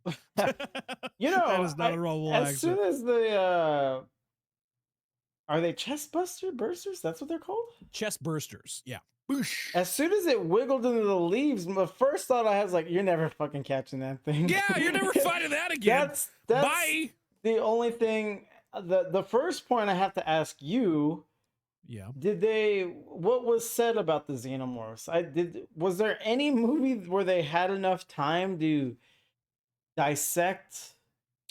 So never has, or even like maybe consider like maybe we could control them. I think lightly. I think Sounds like a third Aliens movie. Resurrection. Shit, yeah, I think Aliens Resurrection might have touched on it lightly, not even really. And I would argue, no, that's not an improper. Here's my thing. The whole clicking and clacking way of communicating that the synthetic has been doing, that's new. That's new. Well, right. So there's new rules. It's not that she's controlling him. That's a very dumb. Well, she's no, not controlling. is. She's communicating. No, she's communicating, and like the enemy, my enemy is your friend type of thing. And because she's been communicating with this thing since birth, I mean, again, it looks at you like a mom, right? I would imagine if you want to put some type of psychology to it. This is the only thing this creature's ever really communicated. The one that she has was little. Yeah, she started communicating with this thing at birth. Oh, hold on. I'm thinking of the right one. I thought they froze the one from the ship, from the crash ship. No, there was two. So there was two. Two made it through. So the one that she's been talking to since it was growing, that's the one that got out. Right? The chest burster is a different alien that got out, but it got captured by Kirsch. That alien's still captured. The baby alien's now being raised by the alien she was communicating with. So she was communicating with that alien since birth, and essentially, if again, from like I don't know, psychology standpoint, you've been talking to this one creature, right? That's all you've ever That's known, and you're communicating. That's it. right. That's all you That's know, fine. right? So, yeah, I do agree with you. As soon as, and this person, well, Raul said it, I can accept an android or synthetic capable of communicating with aliens. Like, well, you're almost there, dude. If what you're saying You're is almost right, there. and she's been talking to us since it was a baby, Yeah, that there's baby. more to that because they communicate with each other. They They understand communicate. Yep. moms, queens, Yeah, children. there's a hierarchy. There is an established hierarchy. Right? So, 100%. hmm. So I guess what they could have done, if you're right about the baby thing, is just accentuate that. Just have some lines of dialogue where they talk Do they about though? that. Do they? Well, I because understand it's no. it's not So, handed to you. I get that, but I can easily have connected well, that just look, thinking. you were starting to have Thinking. pacing issues with the show. That's fair. So it's like they have the time to do it. They have the Yeah. time to do it. So time's not an issue. And here, I'm between arguments right now. You said she's not in complete control of it. They're communicating. What about we don't know enemy of my friend? But now we're starting to get into like xenomorph wants and needs, and which we've never have. Now we're in a spot where we can start understanding them. But if you just take it essentially face value, just look at the screen. She fucking is controlling it like a dog. Because there was that one point where they're walking through the jungle and he's like, what did you tell it? And she's like, hide and follow, I think. And it's like, that is snappy command. Now, do xenomorphs have an ego? We don't know. We don't know. I don't know. We'll find out maybe. Take commands. But that's the But thing. all right, think about it though. Like it's not again. I can't stress. I don't think it's control. Like all right, if you've been in captivity and you've been tortured, prodded, and the one thing that's communicating with you is actually cares about you, and if you're breaking out and it tells you to care been shown?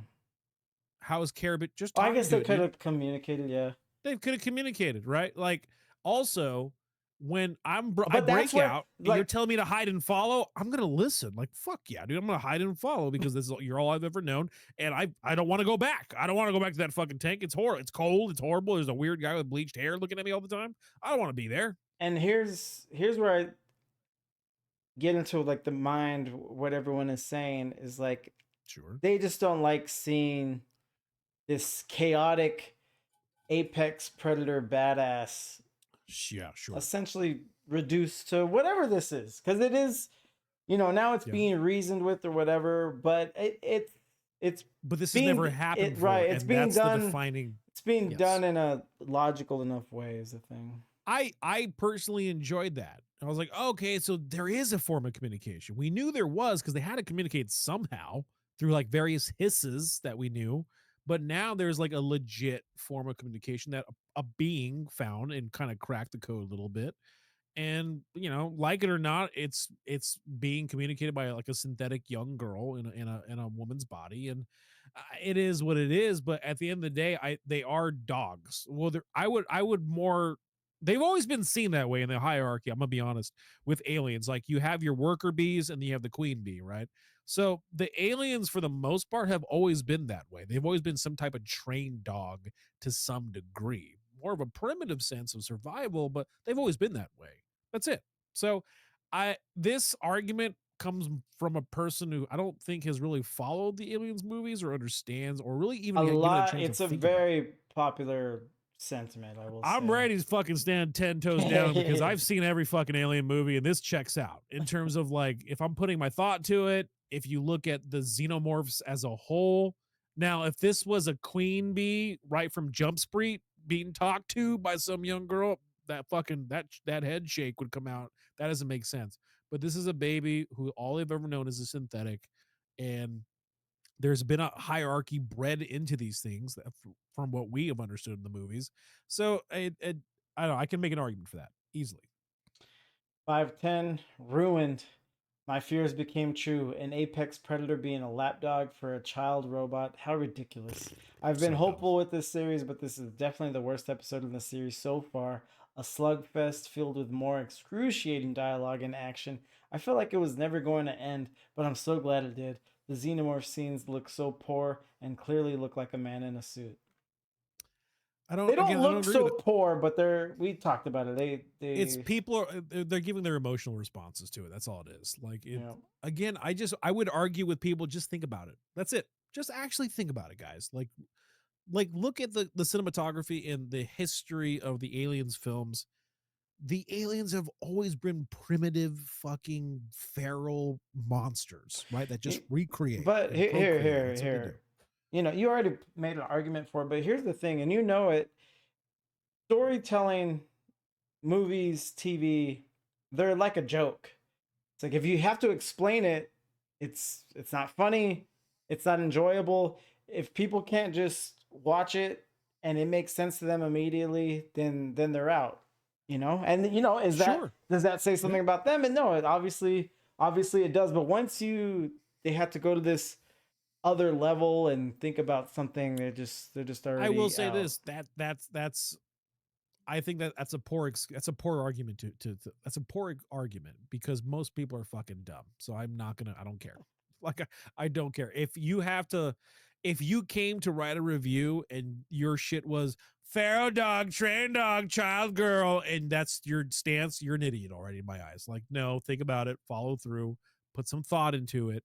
You're an idiot if you still think that way. That's there's no art. You can't argue with. But that's what I'm saying is you could have taken all this valuable screen time that's already being squandered on these long shots and just fed the dummies a little bit because you're hook line and you're hook line. No, you're I wouldn't.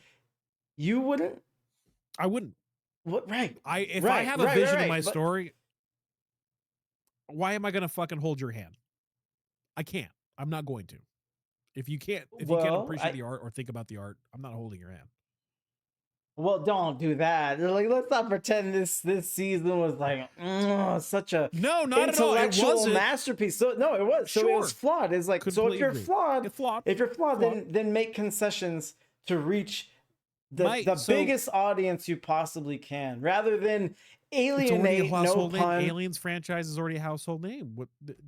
It's big. Well, it's there. That's feeds into my point. It's there. There's already a core fan base. Yeah. Just keep them happy. Make a show, make it different, and move on. Now we don't know now as we sit here today, we don't know if there's gonna be a second season. So that's your thing. So that's your thing. Is like if you are you that attached to whatever weird vision, and really just your vision is just having like murky storylines and that's reasoning. My gripes are the direction of where the story is going. My gripes are not how it's happening in terms of like the behind, like the nuances of like the alien being trained. It's not trained. We don't know if it's trained. We know she's communicating, right? It's a lot of assuming and a lot of like theoretical hurdles that these people with these opinions are going through just for these fucking opinions. Like nothing said in stone. We don't know. We fucking don't know what's going on. So if they explain it in a way that's not dumbing down or watered out in season 2, I'm all for that. Like if that'd be really cool, but don't fucking hold the hand of someone letting them like, you know, well, I can agree. The alternative is just not having a show, not telling your story anymore. And auteurs, we'll call them, it have had to make that decision since the beginning of filmmaking. Is like, do I want to tell the story I want? Do I want to pander? You know, to make sure I have a job. You know, people make people. You got to find the right collab, dude, with someone who understands the vision, and hopefully they found Fox, and I hope they fucking crush it and they follow through and ignore the noise that's being made right now. And like, hey guys, you are all right. You know what it's like? You're judging, or you have your book. You've read 2 chapters, and you said this fucking book sucks ass. I'm not going to read the rest of this book. That makes no sense. What did you say at the start, though? And no, and you're biased in that because you have to finish your shit sandwich. I have to finish this sandwich. To the biggest fault to the nth degree, I will finish that fucking book. So to your other point is like, I hope FX tunes out the noise. They're not allowed to do that from something that you acknowledged at the beginning of our episode, is that it's money, man. They don't care about vision, artistic integrity.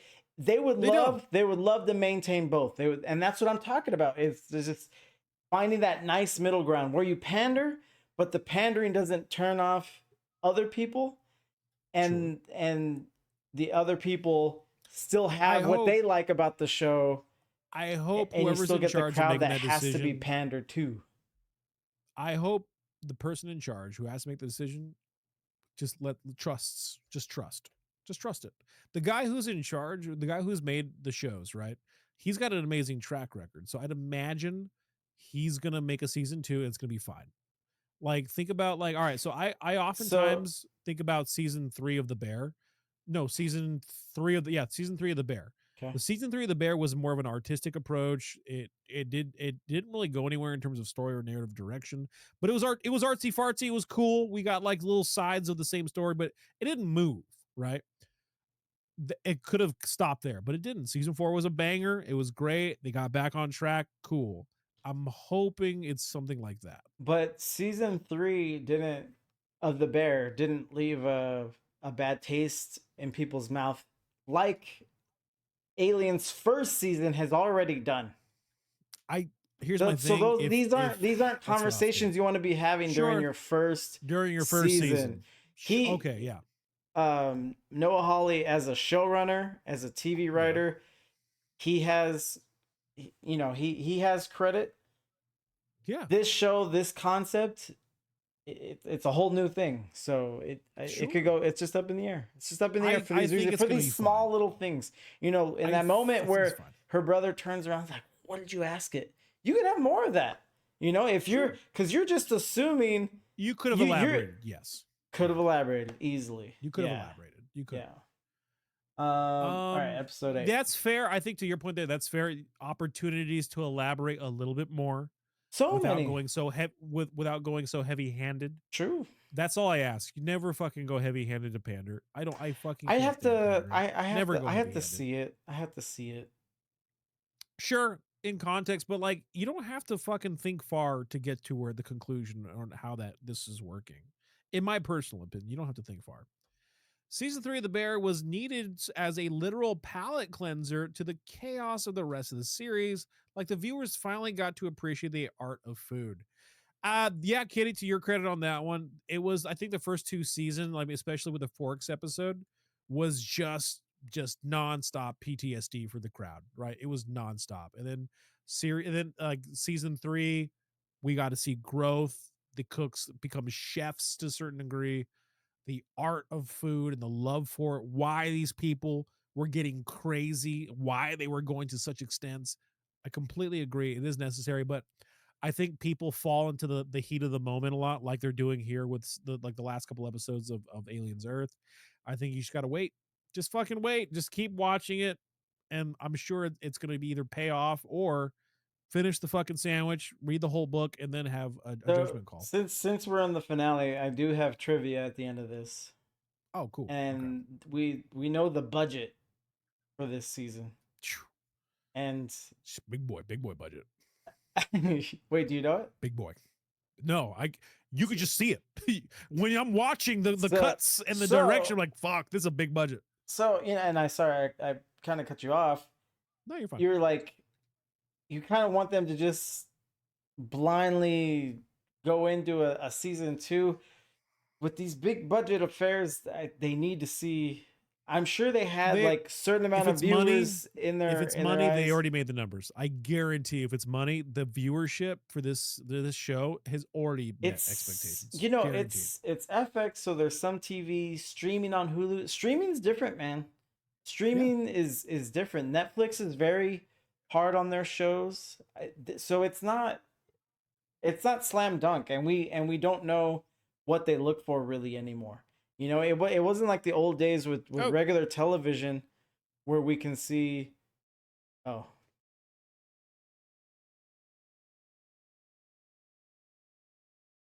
Me? Okay. We lost Nurgle.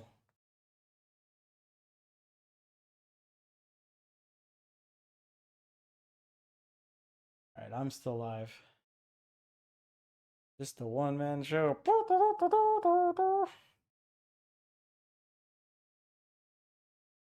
There we go. We're back. Nice. Oh, we're back. Okay, Yeah, one second.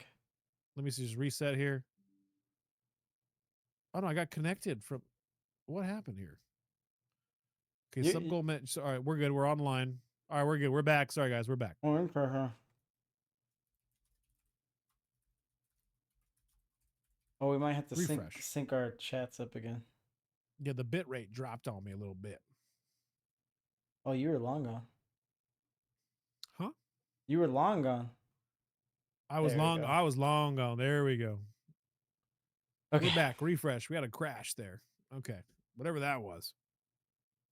Okie dokie. The point I was making is that it's not like the old days in television where you just have your show, run commercials, and because of Nielsen ratings, we know how many people are watching. It's just public information. Now all the streamers hide that information. So not only do we really not know how many people are watching what, but we also don't know the threshold for all these streamers, like what they expect as far like from ratio to like viewership to budget. We're just completely in the dark about that now. I feel like in terms of residuals, right? Retention. I feel like going back and rewatching the show we're watching, it's gonna for sure fall off in a huge way. But viewership, I feel like this is one of the most anticipated shows this year. It was one of the most anticipated. I think everyone watched it. I think the viewership a lot of numbers people were there. did. I told you if we weren't doing this, I would have fell off after episode 3, I think. Now, okay, that could be a thing. And then now that people, we're saying it. People on Twitter, people here, they're like, I know, I'm done with it. Like it started out cool and interesting. So that's something that we know they look at. We just don't have the numbers. They know. Sure. You said it, retention from one episode. They want it to grow. They wouldn't even really like stagnation really unless the numbers are already great. But yeah, I'm pretty sure from episode 1 to 8, I'm pretty sure there was a big there's some fall off. There was definitely some fall off, but what was the damage? You know, if it's 30%, that will scare them. That again, I think the showrunner has got enough credit to like, hey man, we'll steer the ship wherever we need it to. If there's some issues or some concerns with the heads, we'll steer the ship. Here's where it stands. Promise, trust me. If it got renewed or got canceled, neither would surprise me, really. Yeah. Well, those are the only two options.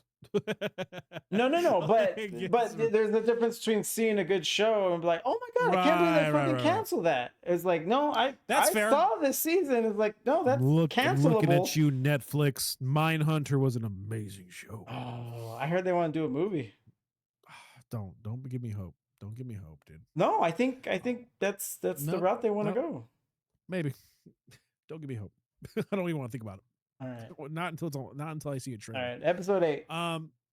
Episode 8, The Real Monsters. A new power dynamic emerges, and then when the red flags kicked off at the episode 7, the very end, they were only reinforced throughout the entire episode of episode 8 for me. I was kind of bummed out.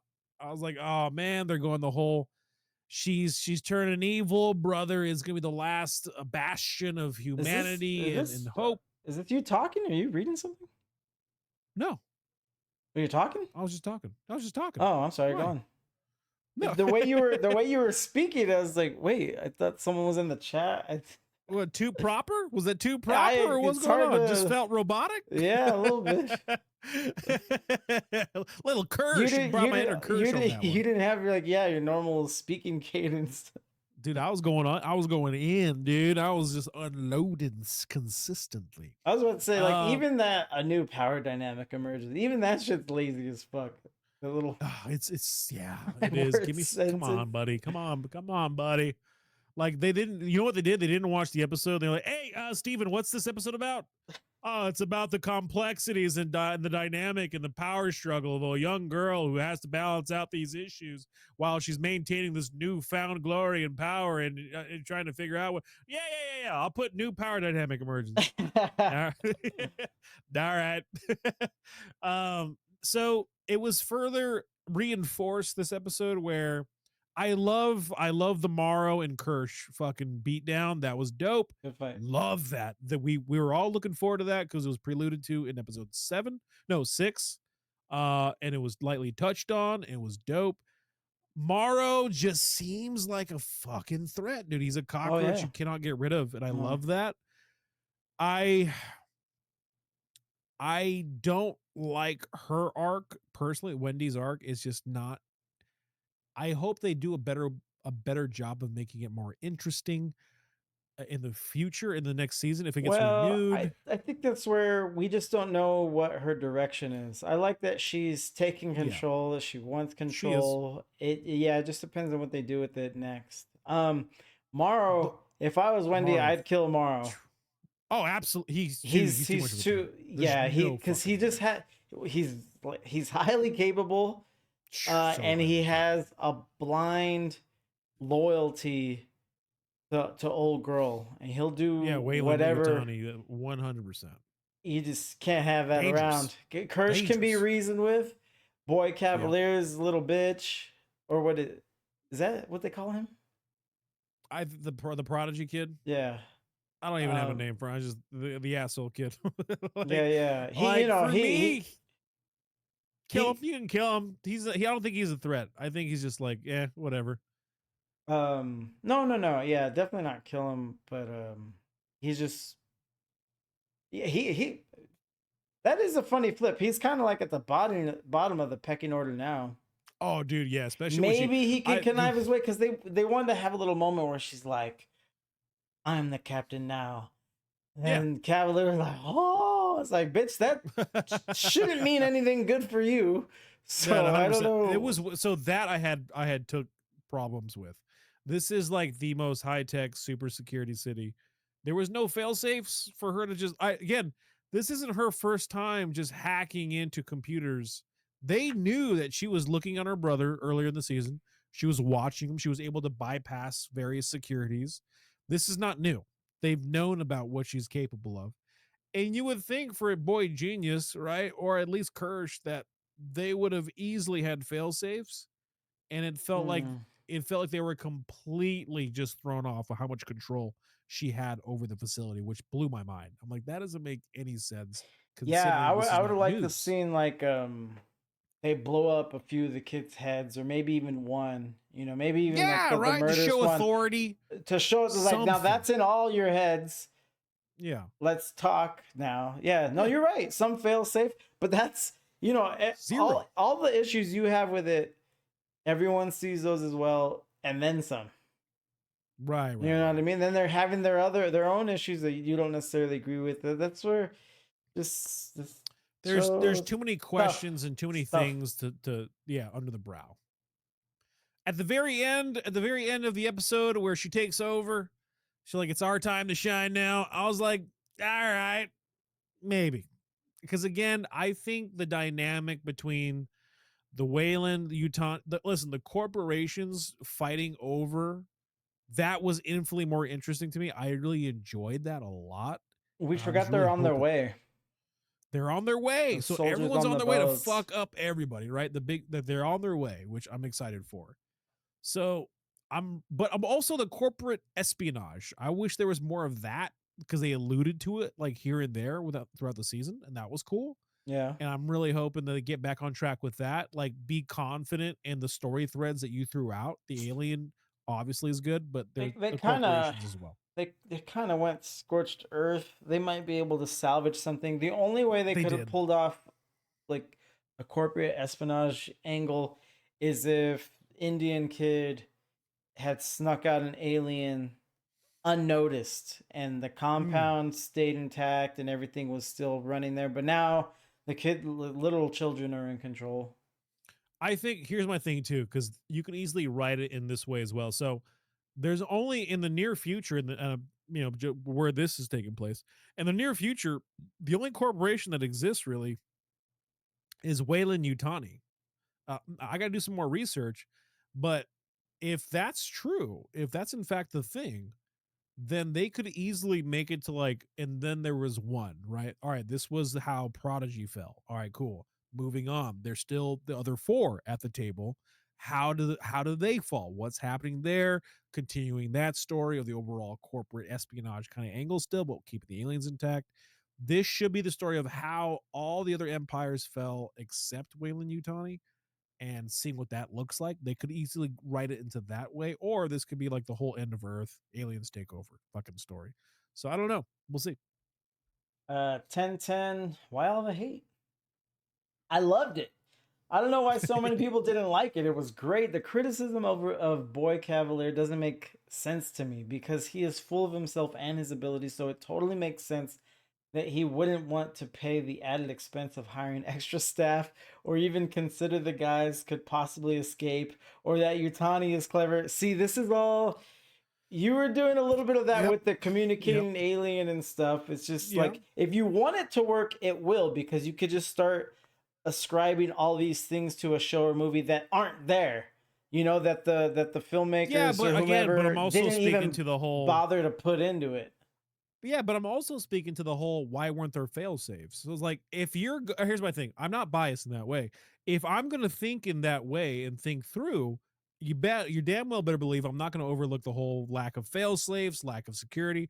I'm doing it unbiasedly, is what I'm saying. So I'm going there, but in every way. The characters' attitudes and personalities totally justified their actions and made total sense to me, and the aliens having mostly carnivorous or violent tendencies makes sense for beings from, most likely, harsh planets environments where survival and thriving would be adapted / evolved to be extreme.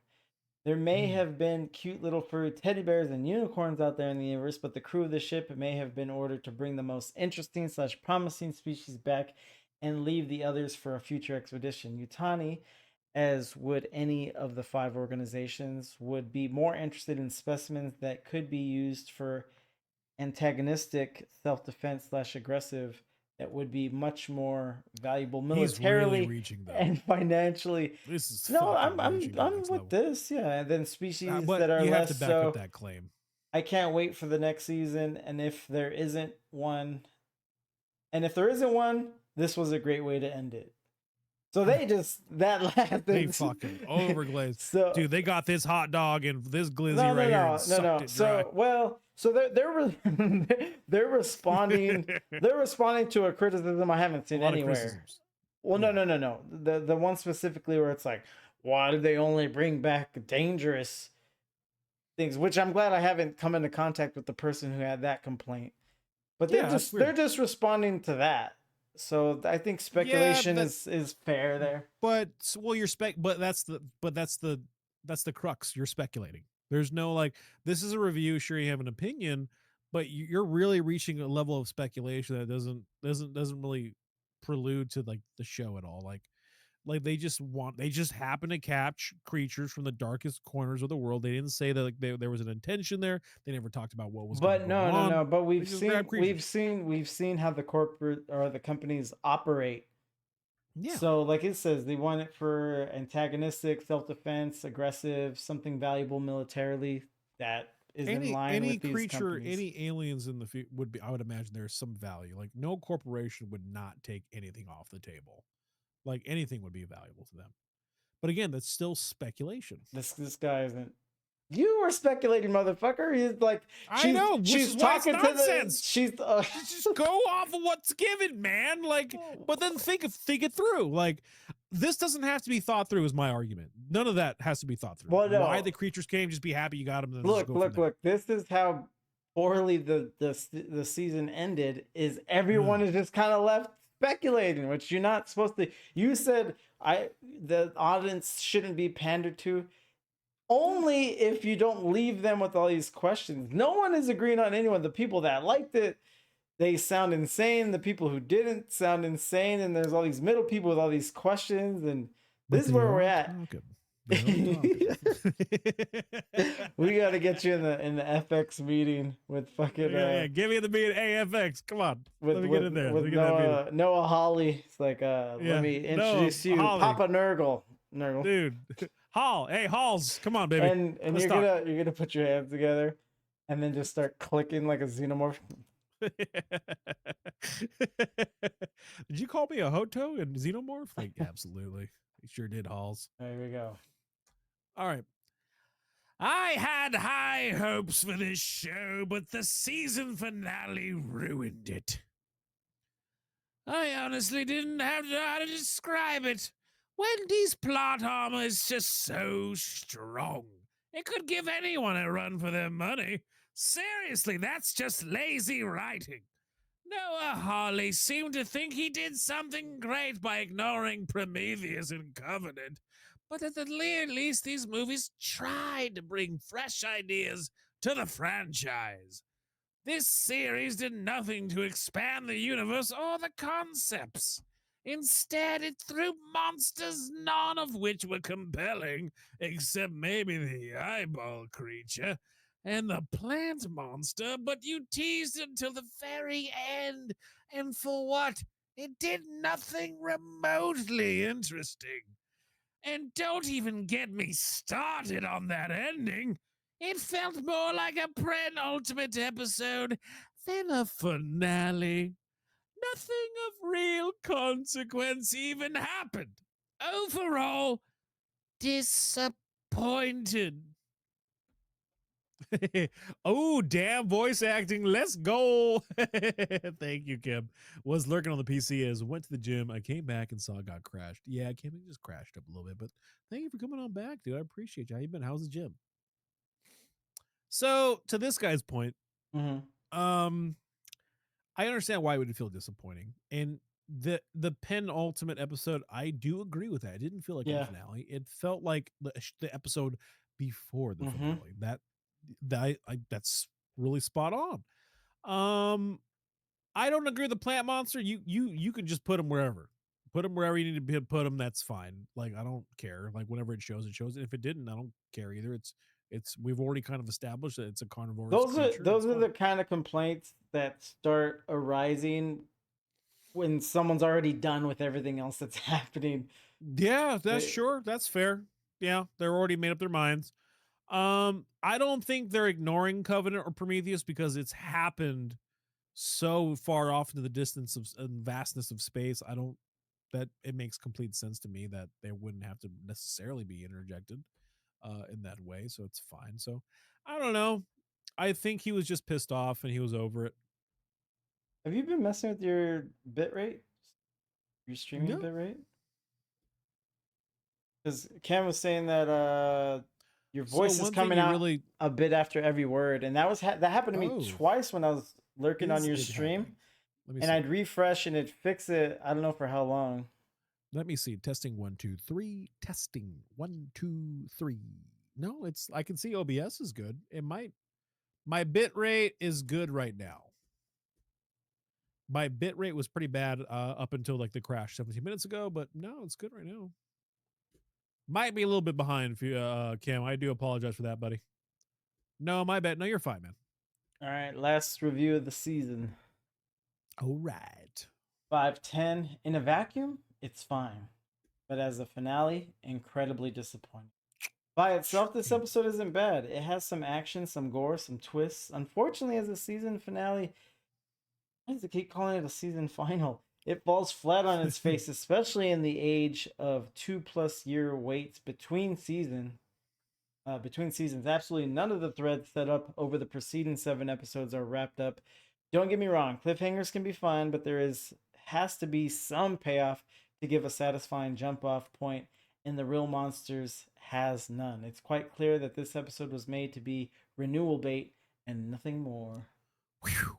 Listen, I can't defend that. Yeah, I agree. Like, it's again, we like speaking to like this was a penultimate episode. It shouldn't have been a finale, and it did leave people a little disappointed, as they should. This is an interesting thing, and we won't spend too much time on it, but I think regular TV viewers have been conditioned for the hammer to drop in the finale at the end of every season, and it's understandable. It makes sense. Yeah. But because of that, I don't think people realize that since that happens at the end of every season, Diamond, welcome on in. Diamond Yoshi.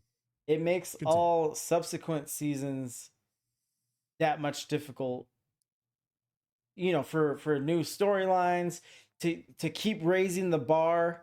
That's what people don't really understand is like once you go into that loop of, oh, how are they going to outdo last season? How are you going to outlast? Well, there's going to get to a point where you can't.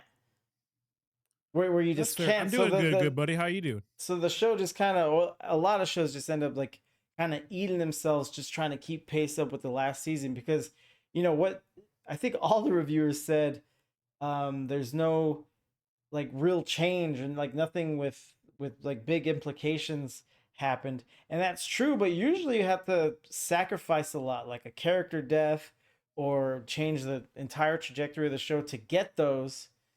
Yeah. So See, yeah, man. I was fine with We'll this. You know, see. I agree. I saw the complaints before, and I was watching it, and I was going, and then the music came out at the end. I was like, oh shit, they're ending like that. Yep. Oh, That was my gut. That was, yeah, buddy. We're over here. I'm glad work just finished up work, man. I'm glad you're gonna be able to relax. We're over here. We're just talking about episodes 7 and 8 of Aliens Earth. It's been all right. Not too bad, man. We're blessed today. We're having a good day. It's been a very busy day today. You know what? Same here, buddy. But now you gotta relax. The finale was disappointing. The payoff, not really there. It felt short, and I'm hoping they course correct a little bit or a lot of bit, depending on how much they need to. If they get renewed, we'll see. How mad will you be if it gets canceled? I'd be bummed. Because again, Aliens lore is dope. I love the universe that they built here. I wish they would have pulled more on other threads within season 1. Hopefully there's payoffs in season 2. There's an opportunity to create something really freaking cool for longtime Aliens fans of the franchise, and I hope they follow through, or at least give it a chance to. And again, course correct. Since you're on your suggestion, I had to pop on in. Well, dude, freaking thank you for popping in, good buddy. Welcome in. I mean it. I appreciate that was recommended to you. Why, hello. We're over here talking about Aliens Earth. So Tuesdays, it's all games, and then from 8:30 to 10:30 around there's no like hard or fast rule. We do popcorn talks. So we talk about movies. We talk about just shows in general. So we're here to have a good time, buddy. I'm glad you're here, man. Welcome on. Hopefully the recommendation holds up. Mr. Destructo, we just watched the Toxic Avenger reboot. Holy F. As for for A&E, loved it, but good gracious, that finale was this drizzling shits. That's a real thing, Destructo. That's a real thing. The finale, Destructo, we just talked about it. We just finished up. The finale left me wanting for sure. I'm hoping they get a season 2 renewal. This doesn't seem like it's so far gone that they can't course correct. I feel like they easily could. I think easily most people would could. agree with that, but it's numbers, man. Money don't lie, baby. Let's just fucking see. What games do you normally play? What's your favorite show? So games I normally play, I like to do like a lot of variety streaming, first impressions. Diamond. I'm playing Hades 2, having a blast. We're playing Borderlands 4, a lot of Rivals, anything Souls-like, I'm down, and I'm playing, like doing a lot of challenge runs. So we do a lot of that. We also do a lot of giveaways every month to our community. And in terms of shows, Murderers in the Building is my jam right now. The Bear, I'm looking forward to when that comes out again. Fargo season 1 was a shit. I don't know if I'm willing to watch the rest of the seasons, because that's just such a great episode. No, great season. That's a fucking picture perfect fucking TV. So just good shit. Anime's good. I'm just a nerd, dude. Just dudes talking about cool pop culture stuff. Cause Selena Gomez. No, dude. All right. I didn't tell you this, and we're gonna venture off a little bit. I felt so bad. All right, Fury. You will not fucking believe what I'm about to tell you. Are you ready? So we're watching Murders in the Building, me and Kitty. And we went in on Selena Gomez because her voice, she doesn't act well. And I was sitting there like, why? What's going on? Why she doesn't emote as much as like, and again, it's kind of unfair to say that because she's literally starring next to Martin Short, who's literally fucking life incarnate, that guy. And then you have Steve Martin. So we looked it up. Turns out she has lupus, and that has altered her face and changed her voice to a point, which is why that is what it is. It's pretty crazy. What? So we went ham. Yeah, that's a real thing. That's crazy, right? Oh my God, Rivals, let's go. I'm getting into Hades 2 as well and currently watching Jujutsu. I love Jujutsu Kaisen Diamond. I love Jujutsu Kaisen so much, Diamond, that I read the manga. Like, I ruined it for myself. I had to read. I had to find out what was next. I had to. So yeah, man, you found your people, dude. Selena Gomez was diagnosed with lupus in 2013. Revealed her yep. diagnosis in 2015. Yep. So the first time I really saw her was in The Fundamentals of Caring. She like again. I mean, she had an amazing musical career. You know, No, she's right, but crushing it. I wasn't privy to that. Ooh, Diamond, that's a good one. So favorite anime of all time. Shoot, Naruto. I'm sorry, but it's Naruto. I would never put it on anybody else to watch it because there's so much to watch. But Naruto, it's so good. It's so good.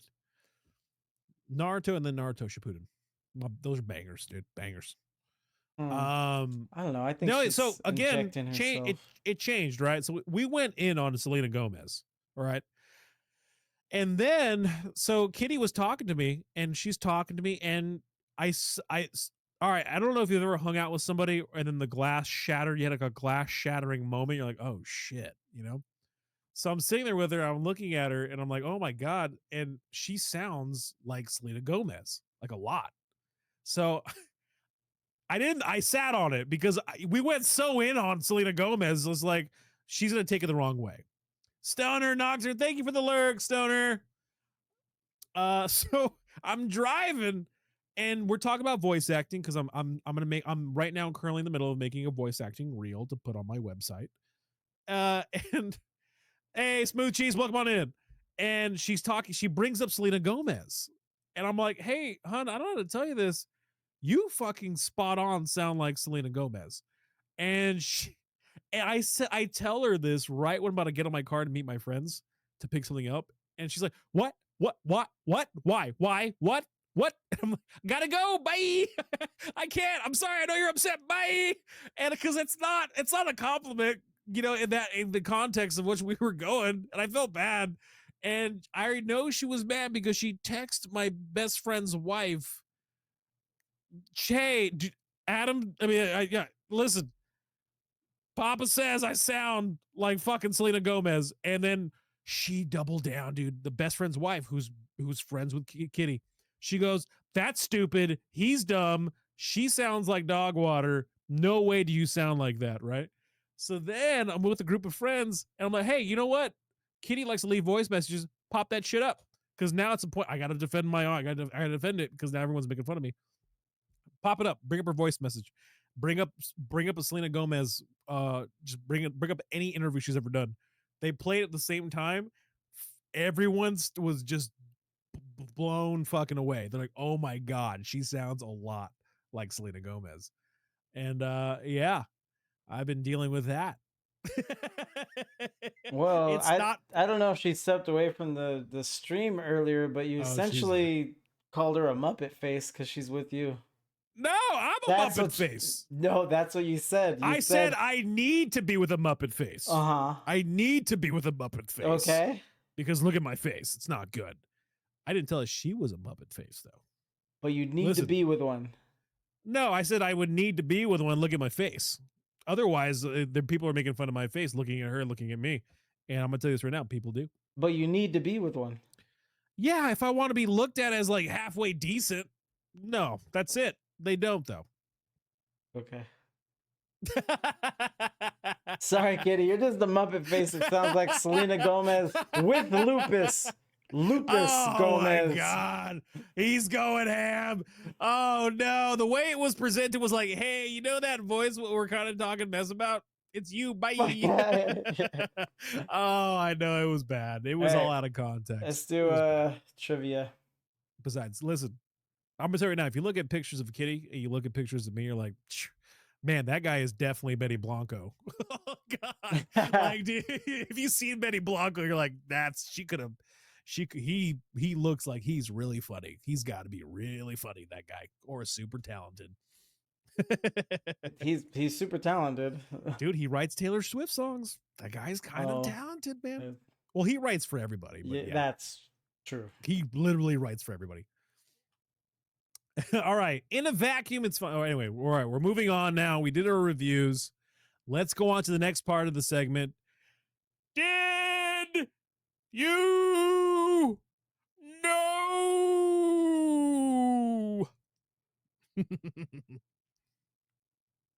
Though Ridley Scott is a credited producer, Noah Hawley revealed that his involvement was limited due to his preoccupation with other projects. Hawley said, in the course of making a single season of television, that 87-year-old man made 3 or 4 huge films. Producer David W. Zucker added, the last thing Scott is interested in doing is getting in front of another filmmaker's vision. No, the last thing that he's interested in doing is fucking just letting the sun go down, dude. Let the sun go low, dude. Just go away, dude. Go, dude. Just go. Ridley, you're done, dude. Does anyone really believe that he's directing, dude? There's no fucking way.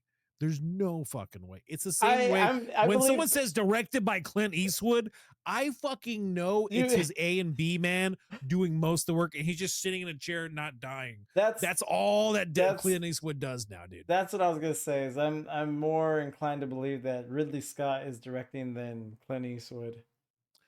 They're the same dude to me at this point, dude. Like they're just Clint Eastwood's way older. Dude, is he really? No. How old is Clint Eastwood? I would listen. Yes. What? I guarantee you'd be funny if he was younger. Guess how Clint old? Eastwood, 87. Fuck, is he older, dude? That's a bad guess. He's 95. Fuck, that's so much more older than 95. 95. God, dude. How old is Ridley again? 87. How old is Ridley? Oh, he's 87. Yeah. All right. That's too old, dude. This damn thing. I didn't even fucking read. I was so mad at Ridley. I was just I didn't even listen to anything else. I was already hot, dude. I was already fucking Who? Tom Hardy Venom hot, dude. I was already there. Yeah. Who are you more upset with? Ridley Scott not quitting or Tom Hardy writing 3 Ridley. Venoms? It's Ridley. Ah, okay. 100% by miles. Damn, just for doing what he goddamn loves? No, because he fucking made that and Gladiator 2. Fuck you. One of the greatest movies of all. But you had an went to see it. opportunity. Yeah, because you have to eat the sandwich. No, you don't. All right, Ridley Scott had this guy was Icarus, dude. He could have left with a perfect streak. He could have left Gladiator, which is widely considered by most people one of the greatest movies ever fucking made. Easily, by a landslide. Could have just left with that, but he flew right into the fucking sun and then just murdered it all. He killed his fucking Gladiator movie. It's so bad. Blade Runner 2. Oh my God, dude. I know. It's just ridiculous. This guy. We've had this conversation before. It's like, you think all his triumphs mean he should just stop. I think all his triumphs give him the excuse to no do whatever he wants, pretty much. Do what you want. But here's my thing. It comes down to context and standards, right? Because look, Kevin Smith, that guy it's not good. The movies that he makes, they're not good, right? But I love it that he's making movies. I fucking root for Kevin Smith all day, every day. That's dope, dude. Get it. I love his enthusiasm. I love him. He was in El Paso this week. Oh, God, dude, I went to go see him in LA when he did the whole, he had a show, Kevin Smith. So remember Fat Man on Batman, or what's the other one he did with his buddy? It was his other podcast that he does. You can buy tickets, go watch Spider-Man, I think No Way Home in the theaters. And then you go to the Star Wars Cantina in LA and they shoot the podcast live with the audience there. Oh, cool. The dopest fucking thing. And dude, Kevin Smith is such a down to earth. I did that. Yeah, nice. It was awesome. It was one of my favorite experiences of all time because it just reinforced that Kevin Smith is that guy. He is who he is. Oh, he's really just cool, talking. dude. He's just a really cool dude. Yeah. He seems like it. And that's why I'm happy when I see a movie he makes. I know it's not gonna be great, but I'm fucking pumped that he's making it. Ridley is like a full asser, dude. Like he's full bore. This is who I am. I made some of the greatest fucking movies of all time. And I'm going to shit on it now. Now I'm going to take it back. Nah, I'm good. I'm going to ruin and tarnish. I'm going to tarnish, right? If he didn't make the second Blade Runner, if he didn't make Gladiators 2, I would still hail him in high regard. I would, but he Really didn't do continu- the second Blade Runner. Oh, okay. Well, again, He did the original. Gladiators too. He did the original, yes. If he didn't create or produce or executive produce Gladiator 2, I would be fine with that. Actually, be like, you know what? That's classic Hollywood coming in, trying to get their hands on a fucking franchise and milk it. But it was him, and that's the difference. I'm like, dude, come on, man. Why? Just move away. Walk away from it. I don't know. At least with Tom Hardy, he didn't change. Tom Hardy's never created the perfect Venom movie and then proceeded to make 3 fucking bad ones. He is who he is from jump. So I'm infinitely more mad at Ridley than I am at Tom Hardy. We spent too much time on this, but I know. I'm sorry. I get hot. I'm sorry, guys. Series Just creator die. and In a showrunner good way. Noah Hawley confirmed that if Alien Earth is a hit, he sees a day, perhaps several seasons down the road, when its events might directly connect to the events of Alien 1979. That's already the first red flag for people, dude. Come on, buddy. No, dude, if I'm the interviewer, I Smooth look Cheese at you. wants to know if you didn't like the other Venom movies. The other Venom Wait, you didn't movies. like the other Venom movies, or do you mean all the Venom movies? You show me. All right, you tell me which Venom movie was great, and I'll show you a liar, dude. That's all that is. None of them were great, bruh. They were all but. Listen, I have the first 6 issues of Venom. I have the first appearance of the Black Spoot Spider-Man, Do you issue really? 300. Yeah, the Venom. So Venom had a Lethal Protector series, issues 1. I have issues 1 through 8. I had the first appearance of the Black Suit Spider-Man. I had the first appearance of, I think, Venom. I have all those. I love Venom fucking to death. The first one by Tom Hardy. Yeah, all right, they're all bad. They're all bad, dude. They're not good. Oh, that being said, that Lethal Protector, she's only going for like $200. Yeah, it's cheap. Yeah. No, it's very cheap. It's very affordable to get it. The first appearance of the Black Suit Spider-Man Man, issue if number those 300. if those movies had been good, this would be a little more. That would be. Hey, listen, you know what? Fuck. To my credit, thank you for the layup. Guess how much you can get those fucking comic books for? They're probably in the dollar bin. All right, they're not even that great. I actually really enjoyed it, but okay. Listen, Smooth, you can enjoy them, man. That's completely fine. They were all by Tom Hardy. They were all by Tom Hardy. They all were written by Tom Hardy. That's not good. Like, if you didn't really know anything about Venom, if you didn't grow up reading the comic books, I am sure you would 100% enjoy those films. 100%. I just don't think they were shot well at all either. Like, it was a Sony production and it looked like a Sony movie where any type of action that was had in any of those movies, it's in the middle of the night. It's shot with a blue filter, and that's a way for them to cut costs on special effects, which I hate, by the way. Like, I understand it takes a lot to render special effects, especially during like a big old fight scene. But dude, Sony is known for fucking cutting corners, dude. It's bad. Like, look at Craven, look at Mobius. It's all bad.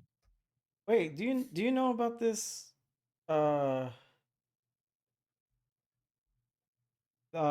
This new Spawn movie? I've known about the Spawn movie that it's still in the works. I think Jamie Foxx was supposed to be the one Yeah, Jamie Foxx is supposed to be in the lead. I believe he's still being. No, he's still the lead. That's the latest, but they're talking about a. Oh, this is old shit. Yeah, it's probably old. It's still in the works though. Okay. Spawn. I'm so hoping that Jamie Foxx plays Spawn. That'd be dope. Yeah. That'd be so fucking cool. I love Spawn too. Because I was thinking, Spawn and Venom remind me of one another. Well, because one of them was based off the other, 100%. Todd McFarlane created both the characters. But they you need a director with a vision. Yeah, you know, absolutely. good writing. It's kind of obvious. You need that for any fucking screen project you're on. But a director for the end all be all, you need that guy. Yeah, it needs to look a certain way, and I don't fucking direct, so I don't know what the fuck I'm talking about. But you need like a Nolan. I'm interested to see this DCU Clayface. Oh, dude, I'm there's- excited. I'm excited because there's- that's unique already. yeah. That's something I would have never thought of, and I'm like, okay, let's roll that dice. I'm excited. Let's see it. And it's a horror movie. Ooh, yeah. Let's get into the weeds with that. All I'm right. pumped for it, dude. So what? All right. The reason why I got fucking upset roll. with this, that this tells you everything you need to know in terms of how this statement was made. If I'm talking to the director Noah Hawley, who's got a great track record, by the way, Okay. when he says if this is a hit, so already you're telling me you don't know, or you're wondering, or like this. When give me the confidence, man. No, Give me that. look, give it to look, me. look, look, I look, need look. that. That is a man speaking from experience. I know. You know how many filmmakers get burned? It's aliens, though, dude. I think I've told It's you this. aliens. Dude, it doesn't fucking work that way. Anything. We just read all these complaints from all these people who claim to love the franchise. Hollywood's a fickle beast. You, that's yes, for sure. you could Sure. just misstep It's at very any fickle. point. I think I've told you this before. Maybe you already know. On the set of No Country for Old Men, Mm. in between takes, they're taking a cigarette break. Josh Brolin and one of the Coens, one of the brothers, and they're just off to the side sharing a cigarette or just smoking in between takes. And he said, one of the brothers said, "Fuck, who the fuck cares? No one's gonna watch this fucking movie." And he just goes back on set. So like the thing is, you never know in either That's fair. direction. In Yeah, either that's direction, you fair. just don't know. And that's, to me, that's Okay, you got me there. experience speaking. It's like, You got I me, bet yep, he's that's poured fair. his heart and soul in. Maybe this season, to maybe even this to season, even to have that, to elicit that type of response. Yeah. yeah, fair. and you just received, or there's something where he's like maybe not half-hearted, but just solid work, turned it in, didn't expect anything, and then oh my god, Yeah. everyone fucking loves it. Everyone that fucking loved might it. have been Fargo season 1 for him. He probably Yeah, that's he fair. probably worked hard, turned it in. Everyone's like, oh shit. And so I All think right, I think Noah. that's the All right, my bad, experience. dude. And then My when bad. That's right. I'm when one he over. That's says, fair. so if it is a hit, yeah, confidence, it doesn't do you any good in Hollywood, and that's fair. why It doesn't these matter. these studios, these streamers, they have to just go by numbers. When they go by feelings rough. and promises, that's when you lose more money and you get led astray, and because the fans are fickle, they're not gonna. You misstep, they're not gonna forget, or they're not gonna remember all the good times, everything that they're just gonna turn, fuck you, and not watch your shit anymore. That's it. Man. So I you really just hope they get a season 2. you have to Really, that's play it rough. close to the vest. And then when he says perhaps several seasons down the road, to me that told me that That's- it's like he yeah, he's probably got a- already he's got has it like A layout. He's beat got it an out idea. to Okay. do that. He has an That's what I idea of should how be to link focusing that. on. Yeah. Okay, that's fair. At least he's got several seasons worth in his head, which is cool. All right. I think he That knows how would to be badass, too. connect them. Yeah. Yeah. All right. Timothy Oliphant turned down the role of Hal Jordan in DC Studios' Lanterns 2026 to act in this production. The role went to Sidney Chandler's Wendy Marcy father, Kyle Chandler of Friday Night Lights 2006 fame. Dang, that's a big cheese. Man, that's a big. I hope, because dude, Hal Jordan and DC, that would have been dope. And the Lantern Show, and you're rocking with James Gunn. That's a big turn down. That's a big step away to be on this show. And listen, his character was definitely the highlight for me personally in this season. He crushed it. Yeah, At least that's you know he's true. not in it for the money. He's not definitely not in it for the money, because I'm know, sure he would have made way more money on We Lanterns. almost didn't talk about Morrow because Morrow was another bright spot. Marl's dope, dude. Okay, what are we saying? He's a cyborg. He's a that's- cyborg. So that's why he's fat human. He's a human with cybernetic enhancements. A fat human with cybernetic enhancements. So you've been stuck on that weight, dude. You've been on that weight. because he's so like smooth and calculated and vicious. It's like get Fuck this yeah, man on a dude. treadmill, dude. God, because Listen, he's so calculated and fucking in it in the trenches. He doesn't need to be in shape because he's already calculated the Because steps if- he needs to take. Dude. because if Waylon ordered him to just lose the weight, he would. Yeah, absolutely. Right. Anyways, so okay, so I guess he has a human face and head. He's a human with a cybernetic arm, from what we know so far. Right. The only cybernetic enhancements that I've seen or that were alluded to is the arm and maybe something cognitive, maybe. So when they when they That boy whooped got his fucking decked in the face. when boy they got whooped his whipped, ass, dude. so they took him into custody, fucking tuned him up real nice. Do you think Kirsch did it himself, or he ordered the henchman to do it? Listen, you What? think it's the henchman, but then you see Kirsch get into he fucking scraps and like, that was Kirsch. No, he can scrap, but I he thought can scrap because in the moment, if you're getting licks on someone as you're apprehending them, like as they're already like gave up, yeah, it's scummy shit. So in that moment, Kirsch is not that guy. Okay, It's the henchman. The henchman. Right. Kirsch, cold, calculated. Dude, he's all Android. That guy.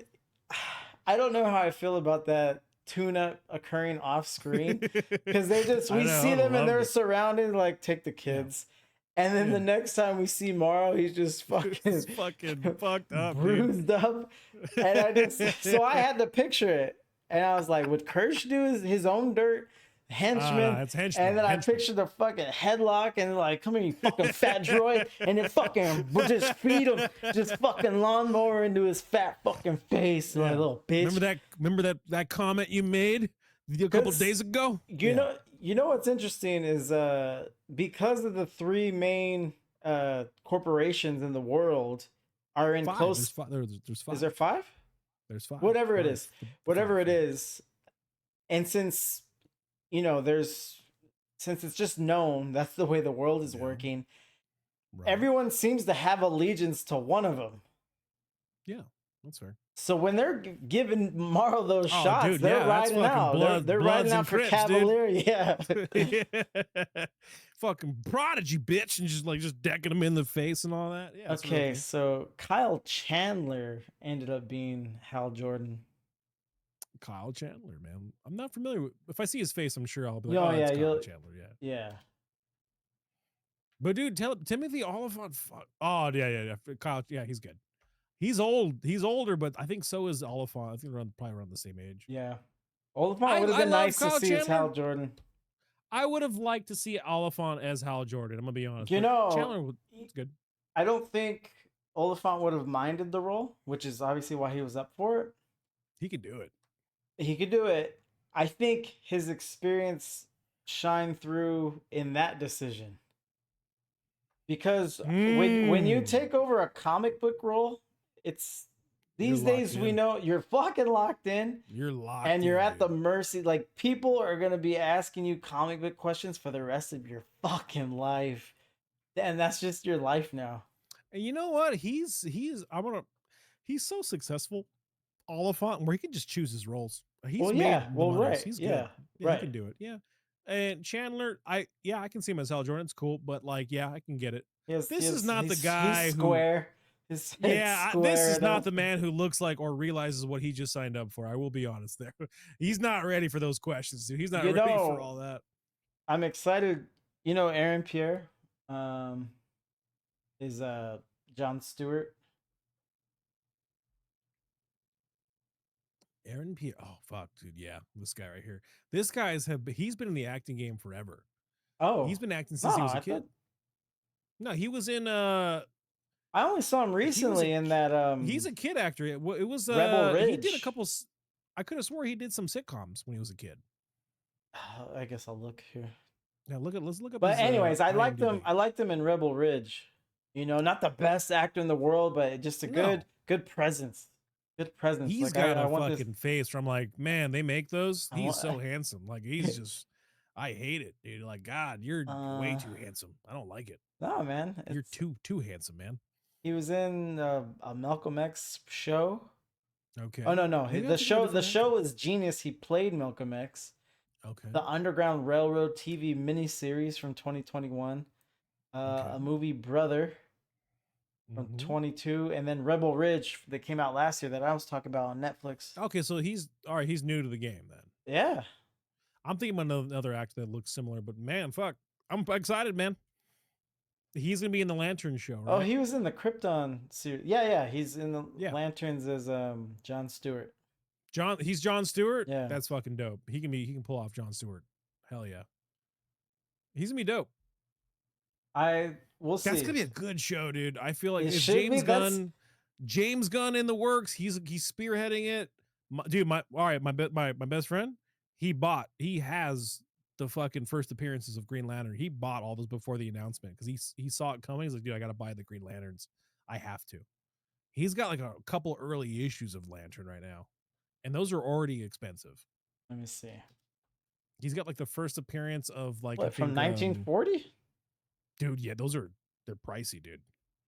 Pricey. He got like I think like a 5.0 or a 4.0, but they're fairly. He got in, dude. Showcase number 22. As little as 1,000, as much as 19,000. Yeah, for right now. Wait till that show pops off. That's gonna be. It's gonna ride up. It's gonna go right up, dude. Yeah. So we got Oliphant in this. Oliphant's good. I think I think he made the right choice. Oliphant, as much as I would love to see him in the Green Lantern show, this was fucking dope. Again, ever since he was on that sitcom, not sitcom, that show, the series Delivered. No, Justified. Justified. I always fuck it up. Yeah. Dude, he's made. He's good. He can choose his roles. He's fine. Yeah. Boy quotes Clark's third law, but incorrectly attributes it to Isaac Asimov. When asked in an interview what we could glean about Boy from this mistake, Noah Hawley cheekily stated that Boy looked up the quote on ChatGPT and it misattributed it. Essentially admitting that the mistake was Hawley's own. That's funny. So, and that's been the problem with the show, really. Well, one, he wrote it by himself, which is already like, right. Fuck. Yeah, you crushed it, dude. Two, well, no, you didn't crush it. As a one-man writer for a series, good. No, you never have a one-man. I don't like one-man writers. I want like two. So, well, yeah. So the next thing is get more writers. get more writers, baby. Woo! Dude, get more writers, buddy, because you got some holes you got to fill. It's Chris Dorr for The Bear is a one-man show over there too. But we see it over there. We saw it here. Nah, dude. Which The Bear, this Alien Earth is complicated. There's a lot of moving parts and everything, so that's hard. So he did better. Chris Dorr needs to figure something out. I believe personally, a two-man operation is what you need. You can still have two men and have it concise. At least, at the very least, but also you got to bounce better ideas off somebody. That's it. All right, plain and simple. That's the best part. More than one person, two would be minimum. But the thing is, like our favorite shows that we grew up with, and maybe some that we still watch, it is a team. It's a writer's room. Yeah, teams. So they're trying this way, and the thing is, I think this trend was going to continue because they're getting enough success out of it and saving a lot of money in the process. I hate it.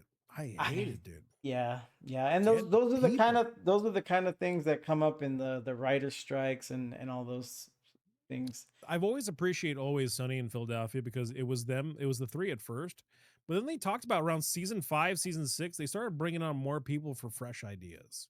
They wanted to keep things fresh. They didn't want to get stuck in that. Let me see if I can find this clip for you. Fuck, it was really funny. I was gonna save it. Did I not save it? Fuck. Let me try to find it. Yeah, so like shows like I think they have the record now for longest running show, live show, because Simpsons still holds that record. I think they're gonna hold that record forever. There's another Simpsons movie coming out. It's crazy, dude. It's God, stop, dude. Ridley, you're fucking Ridley Simpsons over here.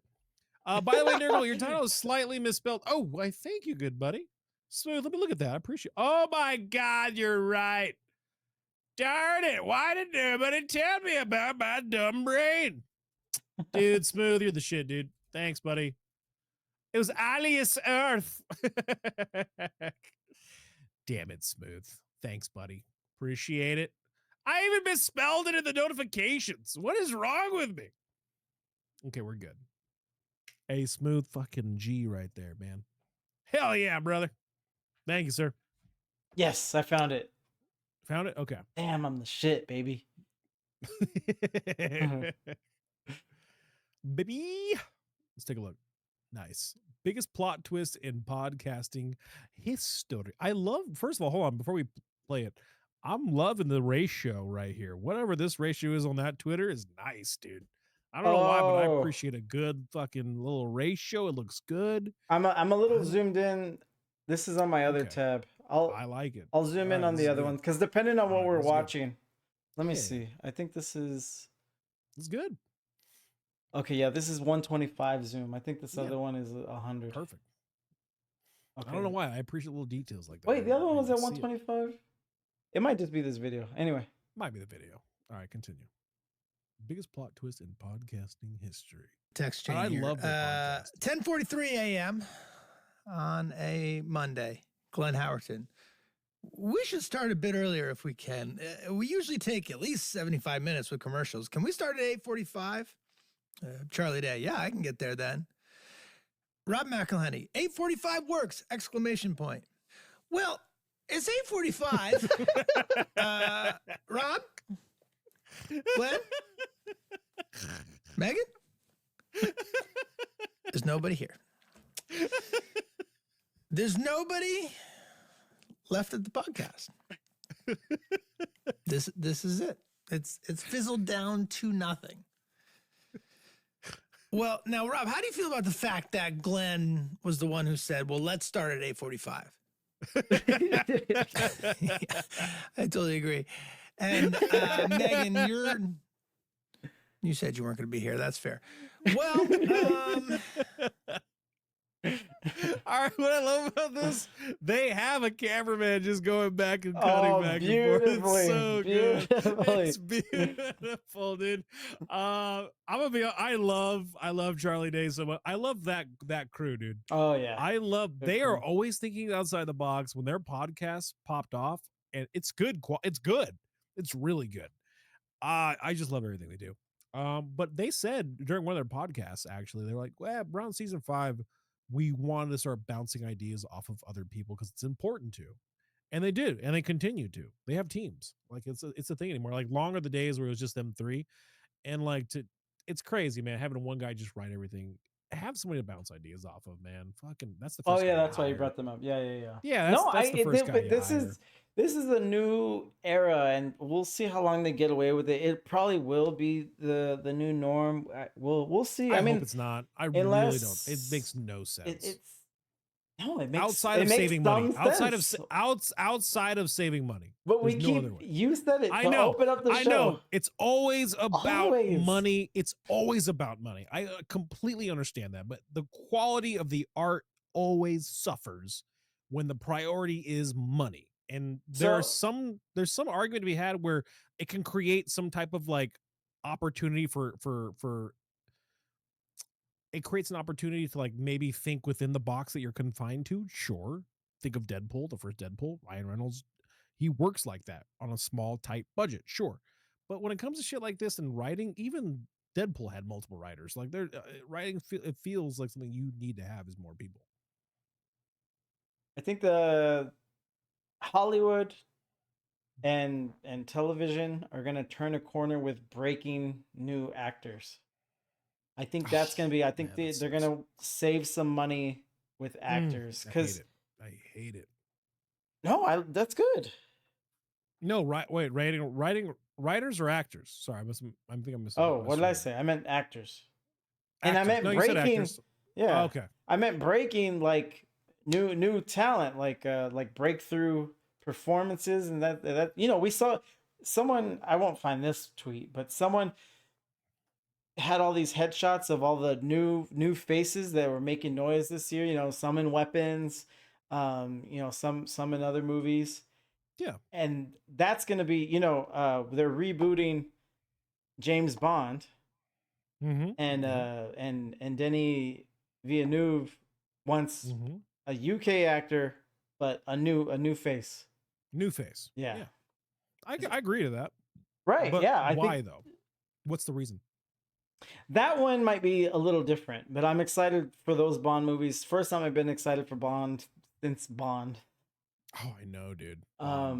Like every Bond has brought something new to the table and something For different. better or None of it's worse. great. For better, for worse. Yeah. I didn't really like the Daniel Craig Bonds. I'm gonna be honest. It's cool that it I was wanted grounded. to, It but was no, cool that it was, I but it's didn't never really. what been Bond. Bond's never No. been that way. Bond's been over the top, silly gadgets, the womanizer, always found a way out of a situation, cool action scenes, and badass gadgets. And because it was so grounded, it just wasn't that cool to me. I guess it wasn't that great. So But I'm so you excited. say so that might be a different decision. I think Hell yeah, Smooth. I think actors are expensive, and I think people can act. People can act. Not everyone, there's a good pool.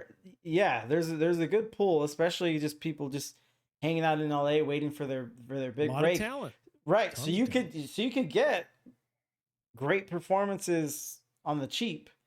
And I think, we saw in Superman, Nicholas Hoult made 12 million for that movie. Yeah. He's good. Yeah. I love him. He deserves it. He does. Definitely the star of not that a $12 million performance in Superman. You know? I agree. So I completely agree. Not a $12 million. Yeah. But then if you're thinking like a CEO head, right? What does a $12 million performance look like? What is that? Well, they don't necessarily. They just think, oh, we put this person in, X amount of people are going to show up just to see them. Performances are kind of the second thing because that turns in like, oh, you got to see Nicholas Hoult in the new thing, and then people show up. That's secondary. Mostly when they go after a name, they're like, oh, we got to put Leo in there because he's guaranteed at least he's a ticket. This, at least this. To see Leo, so that's usually how they think about it. So yeah, we'll see, I think man. they don't mind, getting these good projects because it does breed competition and quality. That's for sure. Getting better actors or cheaper actors, because expanding their scope. The cast of The Bear is expensive, and as the show goes on, they only get more expensive with success. So. Well, circle back around. Not really. If you think about it, because think about the first season. I mean, season 4 now, yes. Season 3, yes. But in the very first season, I think maybe 1 or 2 names that are notable, but everyone else was kind of Jeremy Allen White, who was already coming, who's already coming from Shameless, and he wasn't a big part of the show. He wasn't big like he is now though. She was good in Shameless, and Shameless is a great fucking show. But it didn't. His weight didn't carry as hard as in terms of The Bear yet. But he had a cost, and then the second one had a cost. The second one would be your boy John Bernthal. Wasn't in all the episodes, but they had him on set. Still, he was the name that carried though. He was definitely the name in there. You know what? Yeah, you're right. And and this is what we agree on is now season 4, depending on the initial contract. Boom. So. To bring it back around circle, you said why are they going to try to do with fewer writers? It's all this shit. Yep, save the fucking money. They have to. Yeah, you're right. God, Lee, dude. And I'm hoping, but like, again, breeds competition. James Bond game. Yeah, there's a video game coming out for James Bond. It's gonna be awesome. Good. Oh, it's gonna be good. It looks good. I am really excited. I'm back. Welcome back, Diamond. Welcome back, brother. We're over here talking about just Hollywood and the state of acting, right? You know what? I loved Morrow. I've never seen that guy, and now I'm interested. And I'm sure they got him on the cheap. Fucking know they're tuning his fucking fat ass up, baby. I love it, dude. Also, have you either seen Dexter's fantastic? Dexter's as a show, incredible. The original run, yes. Very good. Absolutely. Very good. The latest run. People love it. People like it, yeah. People do. I know. It's one of those things. It's on Showtime. I'm not gonna buy Showtime. 2, I'm just the first run of Dexter, very good. Ended poorly. I'm cool on it. Got a lot out of it. You know what meme goes around Twitter? While you're looking it up. So the competition now that Hollywood's expanding their horizons with cheaper actors. Look at your boy during a flashback, bro. What a glam up, dude! What talk about a glam up, my friend? Boy went from asking women if he could have consent to hold their water to, man, I'm murdering and people. I'm drowning in the water now, dude. Like, oh, god damn, dude. That's a rough haircut. I feel like once you see him in the makeup and wig, you're like, we got to cast a different actor or something. We gotta look at that. Boy, all right, look at the bottom left there. Boy, looking like a healthier version of Michael Jackson, dude. That's rough, dude. That's a rough bottom left is fucking horrible. Fuck it, just pop a wig on him. Slap a wig on that 40-year-old baby. Slap a wig on him. He'll be all right. At least try, guys. Like, what are you doing? Fuck, that's rough. Oh, they de-aged him here. They did de-age him, which is awful. I mean, you had to do something. Which is so funny because I forgot what I was watching recently, but someone did a flashback with the wig and it worked. I was like, man, they just too old in the face. Dude. What's a good anime to watch after Jujutsu Kaisen? What's a good? Oh man, that's I've heard good things. You can check out Sakamoto Days on Netflix. That one's pretty good. That one's a nice light. It's a light take. It's nice and light. It's fun. That's a fun one. Diamond. But all right, this is why I'd be excited about the whole getting actors cheaper and expanding their horizons, right? Because now if you broaden the scope of your talent, it creates healthy competition, right? And then now Nicholas Hoult has to give that $12 million performance, right? Or they'll just find someone who's cheaper, which they can do a better job. Look. So I think he peaked that Lex Luthor role in that movie. He's good in that role. Dude. I think that's the most anyone can get out of that character in that movie. Sure. Yeah. I just don't think it's worth 12 million is my only thing. But no, he's that's what good actors do. They have these subtle little mannerisms, idiosyncrasies, and he hits on that. Bring it. He was I don't want to spoil anything, but he's good. He's really good. I don't say much about him. I was about to spoil some shit. I was like, no. Last trivia. But here's my thing. Okay. Before we go back. Yeah. I want more Daniel Day-Lewis actors. One, greatest actors of their time, but they don't give two fucking hoots about the whole Hollywood cogwheel that goes round and round. They'll pick and choose their roles. It's a different time. One, I don't think movies like that are really made anymore. They're just not. So think about that, dude. I'm excited to go back to that. I'm kind of excited to go back to that. There's not a path laid in front of us where we get back there. But I was watching the fucking a YouTube video where they were breaking down the screenplay for There Will Be Blood.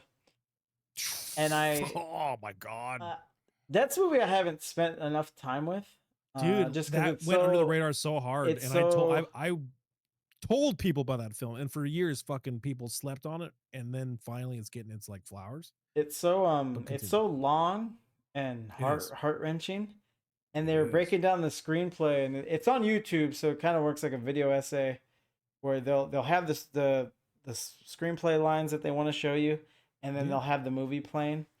And then they showed when he sent his son off to the deaf school. I was in the middle, I was cooking breakfast and watching the thing, and he left his son on the train. I was like, oh fuck. I was like, I can't I can't exist in this mental space. I just want to cook eggs. It's different, right? Yeah. It's different. So I don't think movies are really made like that anymore. I don't think Hollywood has a great interest to make those heart-wrenching dramas. And I do agree with you about the competition. Get some new blood, get things getting out, because now they got this. You know who's getting oversaturated is this Glenn Powell. Glenn Powell. Let me see his face. Yeah. Familiar. Glenn Powell. Oh, Glenn Powell. I know. Yeah, the good looking, super good looking. He's in everything. Yeah. But he's like in everything range now. And I was like, wait, he's an everything guy. I don't know. What's his range? So here's my question is like, what has he been in? Hot dude. Just hot, sarcastic dude. Hot dude. But sarcastic dude. My thing is, what was his... It was when McConaughey. Was everyone sold on him? It was Top Gun.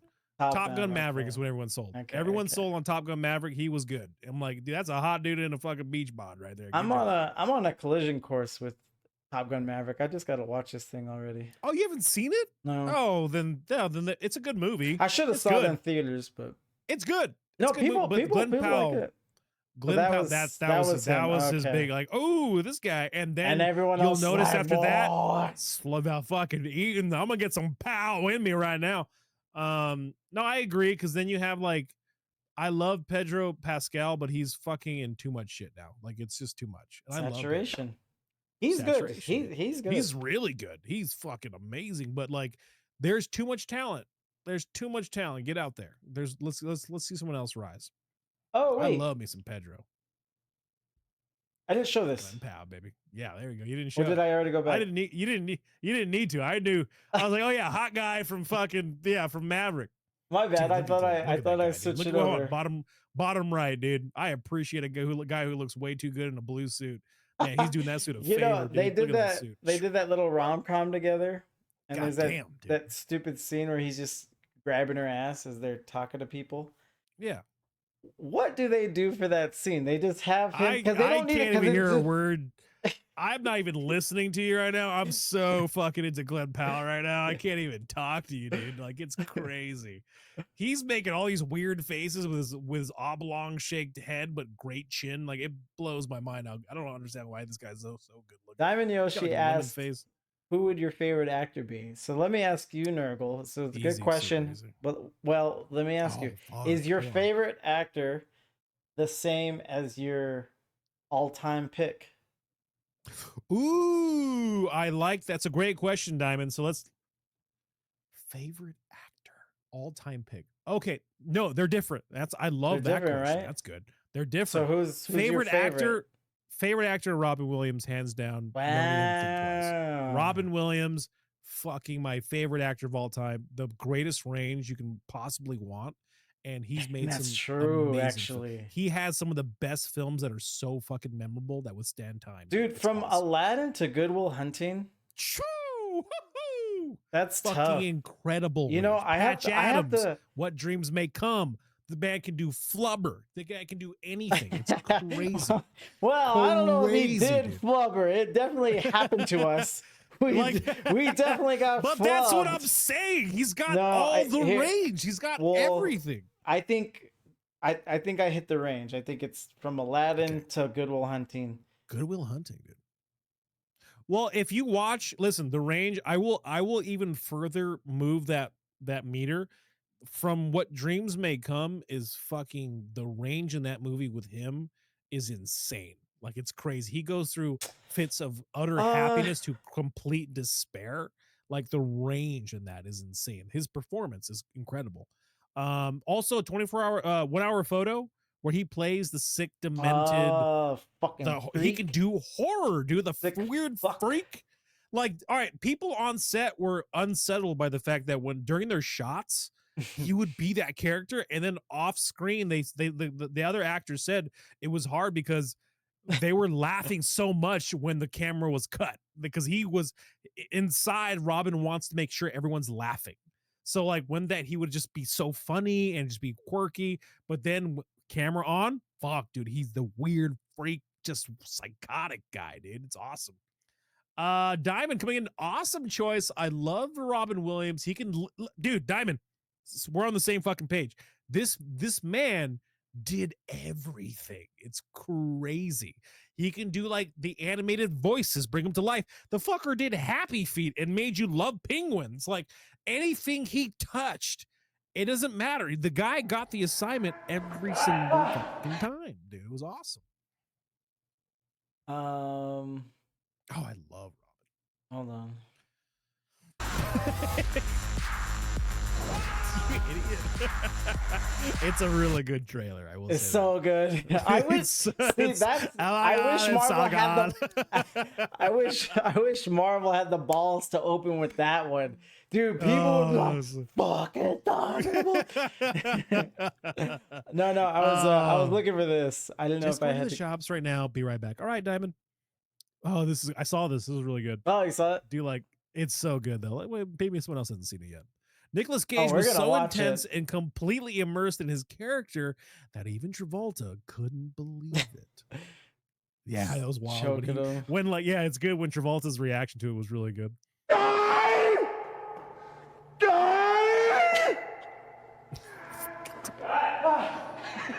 And look at your line. First of all, did you see? Hold on. Go back a couple seconds. Did you see? I like this. All right. You see Nicolas Cage come out of it within the first seconds. Like when he's like, all right, I'm good. Like from utter intensity, just like, all right, let's dial it back. You're all right? Dude, Nicolas Cage. Like, you're all right. Like, he's so fucking withdrawn within himself now. He's all like, oh, that's really good. All right. No, but all right. So, favorite actor, Robin Williams. Oh, Easily. Not even, hands down, no competition. All right, Favorite of all time. But who's the GOAT? Greatest actor of all time, Daniel Day-Lewis. It's just Daniel. Like, you could argue Jack Nicholson because he's one of the only guys who's won a fucking Oscar literally every decade that he's been in the game. But Daniel Day-Lewis, I don't like Oscars as the metric, but they're not the metric. But he's he's the goat. He's one of the goats. Like, it's information. You consider it waves. But I would argue Daniel Day-Lewis is the greatest actor of all time because that man, if you can make DiCaprio look like a fucking amateur and Liam Neeson look like a fucking amateur with your presence alone it's crazy work, dude. That is next level immersion.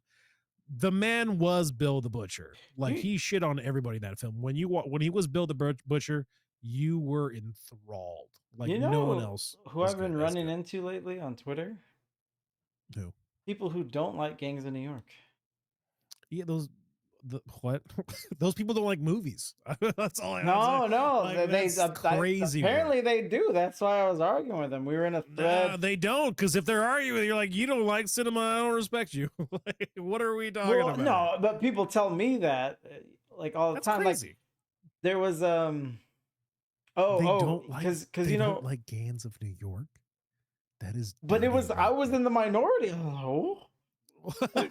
like it's like those people don't like meat. Have you seen that meme where it's like my face when someone by me is getting flamed for having the same opinion I have? It's the monkey. It's the monkey Muppet. Just no. What could the argument possibly be? I didn't get into it because I was like, do I have to go back and watch it? But no, there's all these things like because I was arguing about the new Paul Thomas Anderson movie. Yeah. So I've been in those threads. Sure. And someone showed this. I haven't seen that one. I'm excied to watch it to see what it's like. You'll like it. You'll like it. You know, because you're stupid as fuck. But no, someone showed this old clip from Paul Thomas Anderson talking about how he started his film career, and I think he went to NYU Film School, and he dropped out after 2 days, and then just used the tuition money he otherwise had to start making movies. Yeah, crush it, get after it. And the reason he dropped out was because he got in an argument with one of the professors. Because the professor told him that Terminator 2 isn't worthy of being studied in film school. What a fucking moron. Well, right. So, oh my God, I would leave too. Like, this school is a sham. Well, school's a fucking no, sham. that's the thing. So when he was in school, you know, hold on. Can you imagine being such an arrogant prick and you think you're so above cinema? No. That's where I added myself to the conversation because now I'm interacting with these film professors, and not all of them, but some of them are just out of line. You just understand, like, you're like, what? It's all ego. It's ego and highbrow. Ego, highbrow, and gatekeeping. That's what you're telling me about. So someone in the comments of that thread said, he's like, man, a film professor not believing in Terminator 2 or whatever they said. I said, no, like, film professors are a different breed. Last semester, I had a film professor that didn't like Forrest Gump. Because I did. Dude, she had multiple issues with it. I was like, what the fuck? And they're all stupid. But she would stand there as a film professor, bad mouthing Forrest Gump. And that's just the point I was trying to make. So to bring it back in a circle, you'll meet film lovers, and I don't want to take it away from, because that's the shit that people say to me. Dude. Is like, That when made I my don't hair like itch, dude. the new movie that's like hot, it's like, oh, you just don't like movies. Like, I love them so much. Dude, that made my hair tingle and itch. I couldn't even just wrap my head around that. Well, no, fucking here's the idea, dude. thing. She's spouting this shit in 2025, this film professor. It's crazy. But I'm sitting there, and all of my classmates are like 19, 20. So we can't even gang up on her. She's saying Not only this that, but in a she's safe leading space. these sheep to this opinion, which is fucking crazy. A little bit, yeah, dude. Almost It's every insane to think about. most of the professors are like from the industry. That Like- seems so fucking ridiculous to even say. That's like, even if you're in So the industry, it's twice as bad. no. That one is like, she has a doctorate That's- in like film, and she writes And books. no, he No, got a she's doctor silly. being a fucking ass. And the class she was Kid. teaching was film Nice and kid. television business, but you know, she's technically a film professor. My point I would was, have raised my hand and been like, "Mama always says stupid is as stupid does." my point was, when you, when these kids get like a moment, and the teachers are like, have like a in class AMA, they always without fail, the first few questions asked like, "What did you think about this movie?" I was like, bro, you can ask them. There's such a wealth of knowledge, especially the professors that have pitched and sold movies and TV shows in Hollywood. It's like, dude, you can ask him anything. You're asking what's his favorite Star Wars movie? You're a fucking That's idiot. silly. You're a fucking Yeah, it's moron. not. So, like you said, is like, she's a film professor and she's guiding the sheep. There is a little bit of that, because they like, I oh, hate that so they're a much. professor, they're in this place of authority. What is their they opinion on this know. movie? Yeah. Correct. That's so fucking crazy. So yeah, I just had to sit there and like, wow, And you're opinions, I huh? yeah, right. No, I couldn't. I couldn't. I'm too much of the outlier to. I'm an outlier. I am an outlier to my core. If that statement was said to me, I'm like, all right, elaborate, explain, and we're gonna have a fucking discussion right now, because that's fucking the dumbest thing I've ever fucking heard. Right now, go ahead, talk to me. Right now. That's dumber. Talk. Yeah, that's dumber than the fucking idea of Forrest Gump leading the life he led. In a fucking, that is dumber than what you tell me now. Explain. Like, I would have an argument through the fucking nines with her on that. So That is you know, crazy dirty. I don't know. It's interesting, and that's why I'm glad we do this show, because I used to like, oh, you don't like this, you're so stupid, this and that, blah blah blah. Yeah, But now I like listening to people and see what they think, see what they didn't like about something. So when people were telling me, they laughed. They laughed. What were they talking about? Oh, they were talking about, because people were starting to say like, oh, Battle After Another, one of Leonardo DiCaprio's best. It's like, oh, bro, you just can't. You can't just say that. That's You insane. can't. That's insane. So some guy was like listing everything, and then the top comment was like, bro said Gangs of New York. And there was all this agreement. I was like, where am I?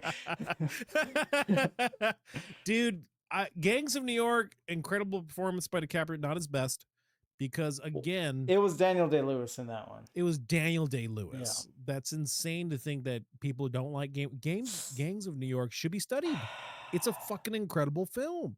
It's a great film. Great film. With I don't know. great actors.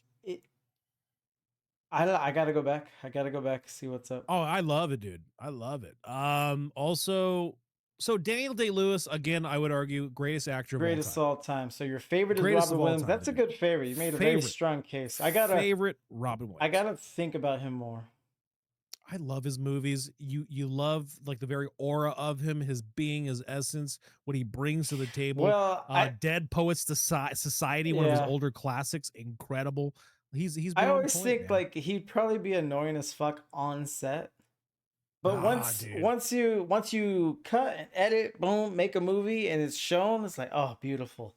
All the hundreds of hours of unused fucking footage and audio that this fucker spouted out of his dumb bearded fucking face. Well, you know what? He's earned it, dude. That's him. For sure. He's Yeah, fucking earned 1000. it. Yeah. I think you're thinking more of someone like Jim Carrey when he was doing Man on the Moon. I think Robin hated Jim because he did shit like that. That was crazy work. They both would do this, get up to the same shit. Sure.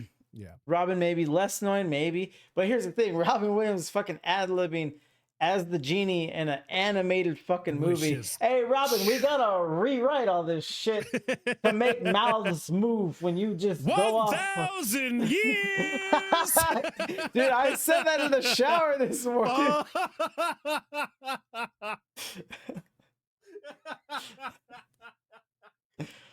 Put it on. Put on the fucking song. Do it. Listen, you were fucking. Will Smith, you idiot. Oh my like, there's no fucking way you could have followed that, dude. There's no way, dude. Oh, dude, Robin again. My favorite of all time will always be Robin. So we're. I'm gonna say this right now. He's one of my favorite human beings. That we're on the fence of we might be naming our kid that. Wow. I'm excited. When do you guys find out gender? October, hopefully October 8th, we can do some blood work and find out. That'd be great. Oh, it's done through blood? It can be done through blood. So blood work is more from what we've seen in terms of research, it's more more dependable and you can catch it earlier. So that's pretty cool. Well, yeah, you have to do blood work just for health reasons. I didn't know you find out gender that way. There's a test you can do to find out. You can ask for certain. I'm excited, so we're hoping.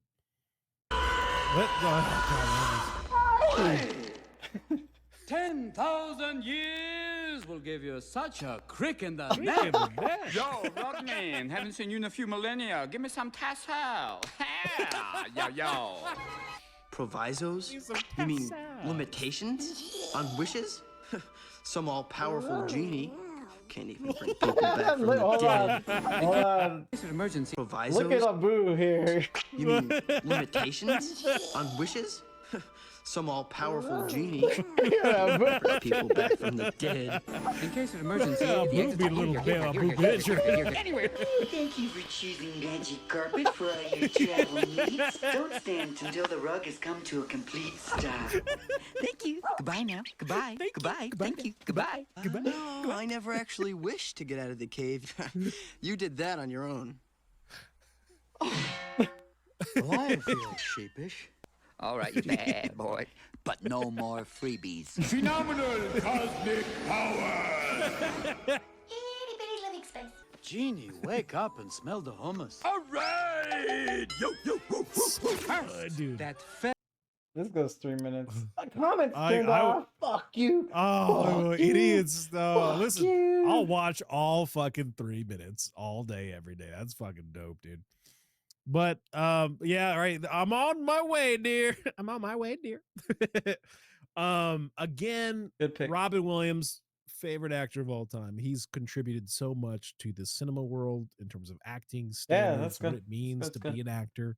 So yeah, man, that's my favorite. What about you? Favorite actor, greatest of all time? I don't know if I have a favorite. I'll think about it a little more. Really? You don't have a favorite? That's crazy. My go is Christian Bale. Fuck, that's a good one. Christian Bale, dude, is really good. You have to sit down and think. And you know, someone made a point how successful Leonardo DiCaprio has been financially. Sure. Especially when he's in a movie and they open. Like he's good for movie openings. Yeah. And someone made the point, it's like, you know, his successful career, and he's never been in a franchise. Absolutely diamond. No, he's never been. No. Very interesting. So here's the thing: is like Daniel Day-Lewis, never been in a franchise. Never. He's not the type to, but never been in a franchise. But it is a different kind of style. It is a different kind of talent. Yeah. Christian Bale, Nolan trilogy. Interesting. Yeah, absolutely. On top of just his raw acting ability. Dude, so Bale is one of the GOATs for sure. I think he's one of the goats. Easy, no even questions asked. I don't like when people pluralize goats. There's one Yeah, 'cause there's only one, greatest right? There's of only all time. It's like when you All have right, a when you he's have a one of the greatest actors of all time. So he's one of the greatest he's one of the greatest, but not the greatest. One of the greatest, Okay. not the greatest. And that being said, his fucking commitment is second to nobody outside of Daniel Day in terms of what they're willing to do for their role. Like the fact that he lost 100 pounds, gained 100 pounds in between the Dark Knight films for The Machinist is fucking crazy, dude. When he played the bipolar schizophrenic machinist, and he only weighed like 90 pounds, 100 pounds for that role, and then he had to gain 120 pounds of muscle for the sequel is bananas, dude. And he crushed it. And he just is amazing.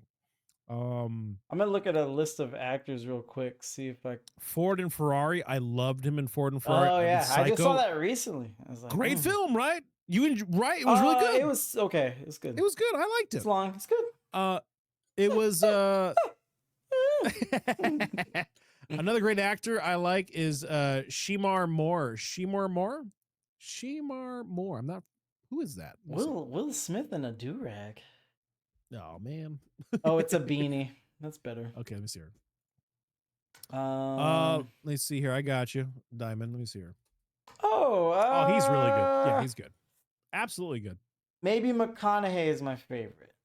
Really? McConaughey's your favorite? Yeah. Damn. I'm Why is your favorite? looking. I'm looking. You know, he's a Texas legend. McConaughey's good. It's Texas. He's Texas legend. So Gotta there's get that- love there. Get the cold ash. He's and he's get got the corn. He's put it got right some on. range. I just like, he was on Rogan the other day. I just like listening to McConaughey talk, man.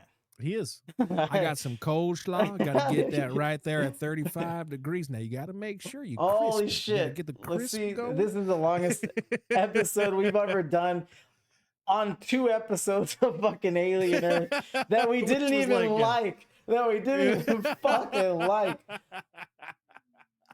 Hold on. I hope it's on It's fucking YouTube. true, dude.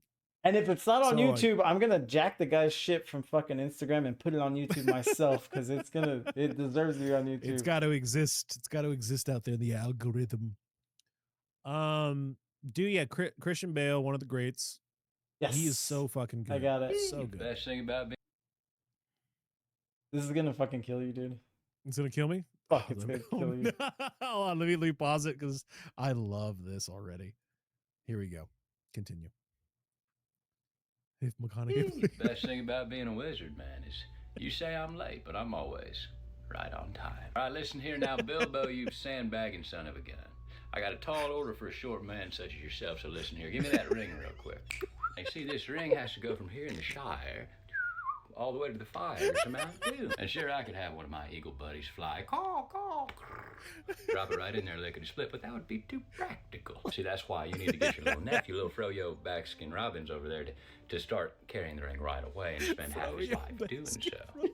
Meanwhile, I'll be kind of kicking my feet up along these cool little smoke rings looking like a badass. Best thing about being a wizard, He man. says he gotta get Froyo Bagskin and spend half his life doing so. Practical. See, that's why you need to get your little nephew, little Froyo Backskin Robbins over there to start carrying the ring right away and spend half his life doing so. Meanwhile, I'll be kind of kicking my feet up along these cool little smoke rings looking like a badass. Best- So good. That was really good. Dude, people are funny, dude. Oh, so good. Oh, fuck. So good. Diamond comes on in. Johnny Depp and Morgan Freeman. Those are really good. Those are good. Amazing actors. Johnny Depp definitely has got range, but he kind of pigeonholed him into the whole Jack Sparrow role, but it's a great fucking role. That's It's an if you, iconic role. if you get pigeonholed It's- if into you can any pigeonhole fucking anything, role, that's baby. the fucking role, We dude. in That's the my role. in my screenwriting class, we were going over character introductions, and we did the one for Jack Sparrow.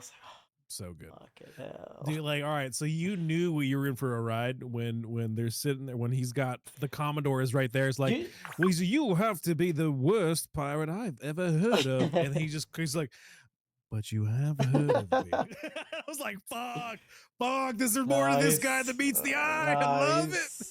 It's just the all-time character, all-time movie. Dude. I don't know if I was arguing with one of my professors. I was just speaking very loudly at her. I'd be a problem with your fucking school, dude. I'd be a problem with those loose ass of fucking. No. Well, those are.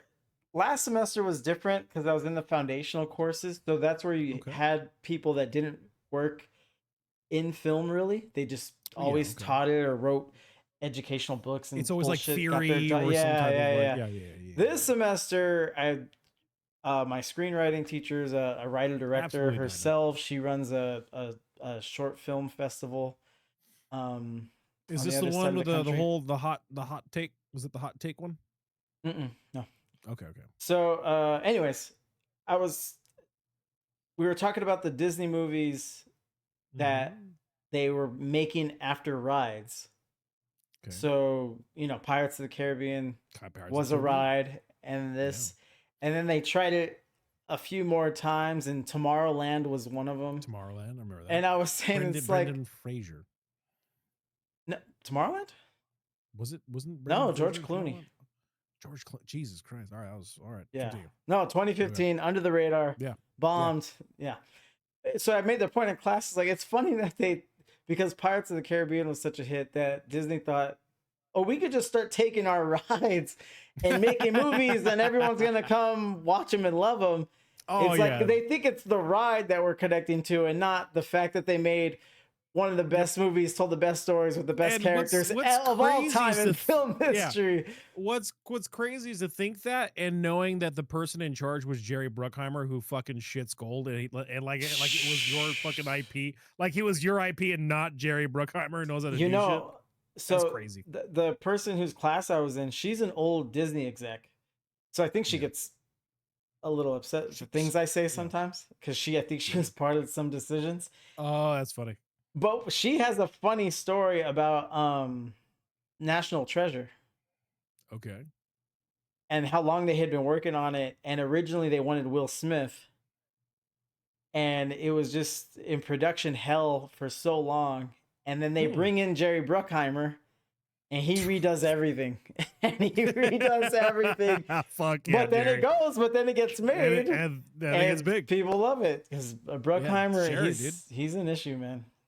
He's a problem and a half. He's a that fucking guy. issue. He just gets it, dude. He just gets it. His fingers on the pulse. His fingers on the pulse. He might be losing a little bit, but like him losing it is still better. Jerry is still better than most people's decisions today. Like, him losing it is still better than most of the slop that we see in Hollywood. Dude, but like Prime Jerry, fucking my hand is on the throat of Hollywood. Prime Jerry, like I got the finger on the pulse, and I'm allowing the blood to flow. Like that guy has. And everything. I'm gonna force feed you Nicky Cage any chance I fucking get. Bring me some fast cars and Nicolas Cage, baby. Let's do this, man. You're gonna love it, man. Oh fuck, he does. He loves Cage, dude. Mm-hmm. You know that's what? When you know when you have the streets on smash, when you can when you can shove fucking Nick Cage him, Cage him to death. Dude. You're gonna all right, hey Cage, I'm gonna need you with bleached hair, with leather jackets, and you're gonna be a love interest of Angelina Jolie. I'll make it happen. I'll make it work, baby. No one. All you gotta do is show up. Show up, dude. Oh God, so good. So all right, well, we guess what? We still have to pick what we're watching next week. Oh my God, yeah, you're right. Oh, shish kebabs. Okay. Okay. So, what do you think's on the table that we should garner? One time, I had this girl staying over when we were streaming one of our episodes. Yeah. And you and I kept going back and forth like we're doing now. Yeah. So it was like one of our 2.5 hour, 3 hour kind of ventures. Yeah. And we shut down, and I finally go to bed, and she was just watching on the phone, Yeah. And I was like, yeah, sorry about that. Nurgle wouldn't shut the fuck up. And she said, you both wouldn't shut the fuck up. That's great. That's a keeper right there. If I ever do one right there, you both would shut the fuck. At least you know she'll never be on the fence. She'll be on the bends with you. That's good. She'll Yeah. be honest and shoot you straight. All right, this last trivia. Okay, last trivia. Here we go. With the budget, this is Alien Earth. With the budget north of 250 million for its first season, Alien Earth is the most expensive show ever broadcast on American cable television. Okay, well, hold on. Hold on. I get that. American cable television. Why do they premise it My that way? guess would have been that Was it Lord of the Rings on Amazon? Because I think that's the most expensive overall. Maybe anything on Amazon because they just shit and piss money on things. I also thought about HBO. HBO, okay. Because they got up to, I don't know, 250 is a lot for a season. But That's I think a lot of money. I think HBO, the last few seasons of Game of Thrones are like maybe 10, 13 mil an episode. But that still doesn't. No, yeah. So this is what I was This waiting. is only 8 episodes, right? And this is what I was waiting to tell you. Man, is FX willing to make another $250 million bet? Fuck, that's a tough that's one, man. big, dude. That's a tough pill to swallow, dude. So I would let's need say to see scale what I would back, need to see the or- medium, right? I would need to see now. Obviously, this is the most expensive. What do they normally spend money on for shows? Like, what is their average?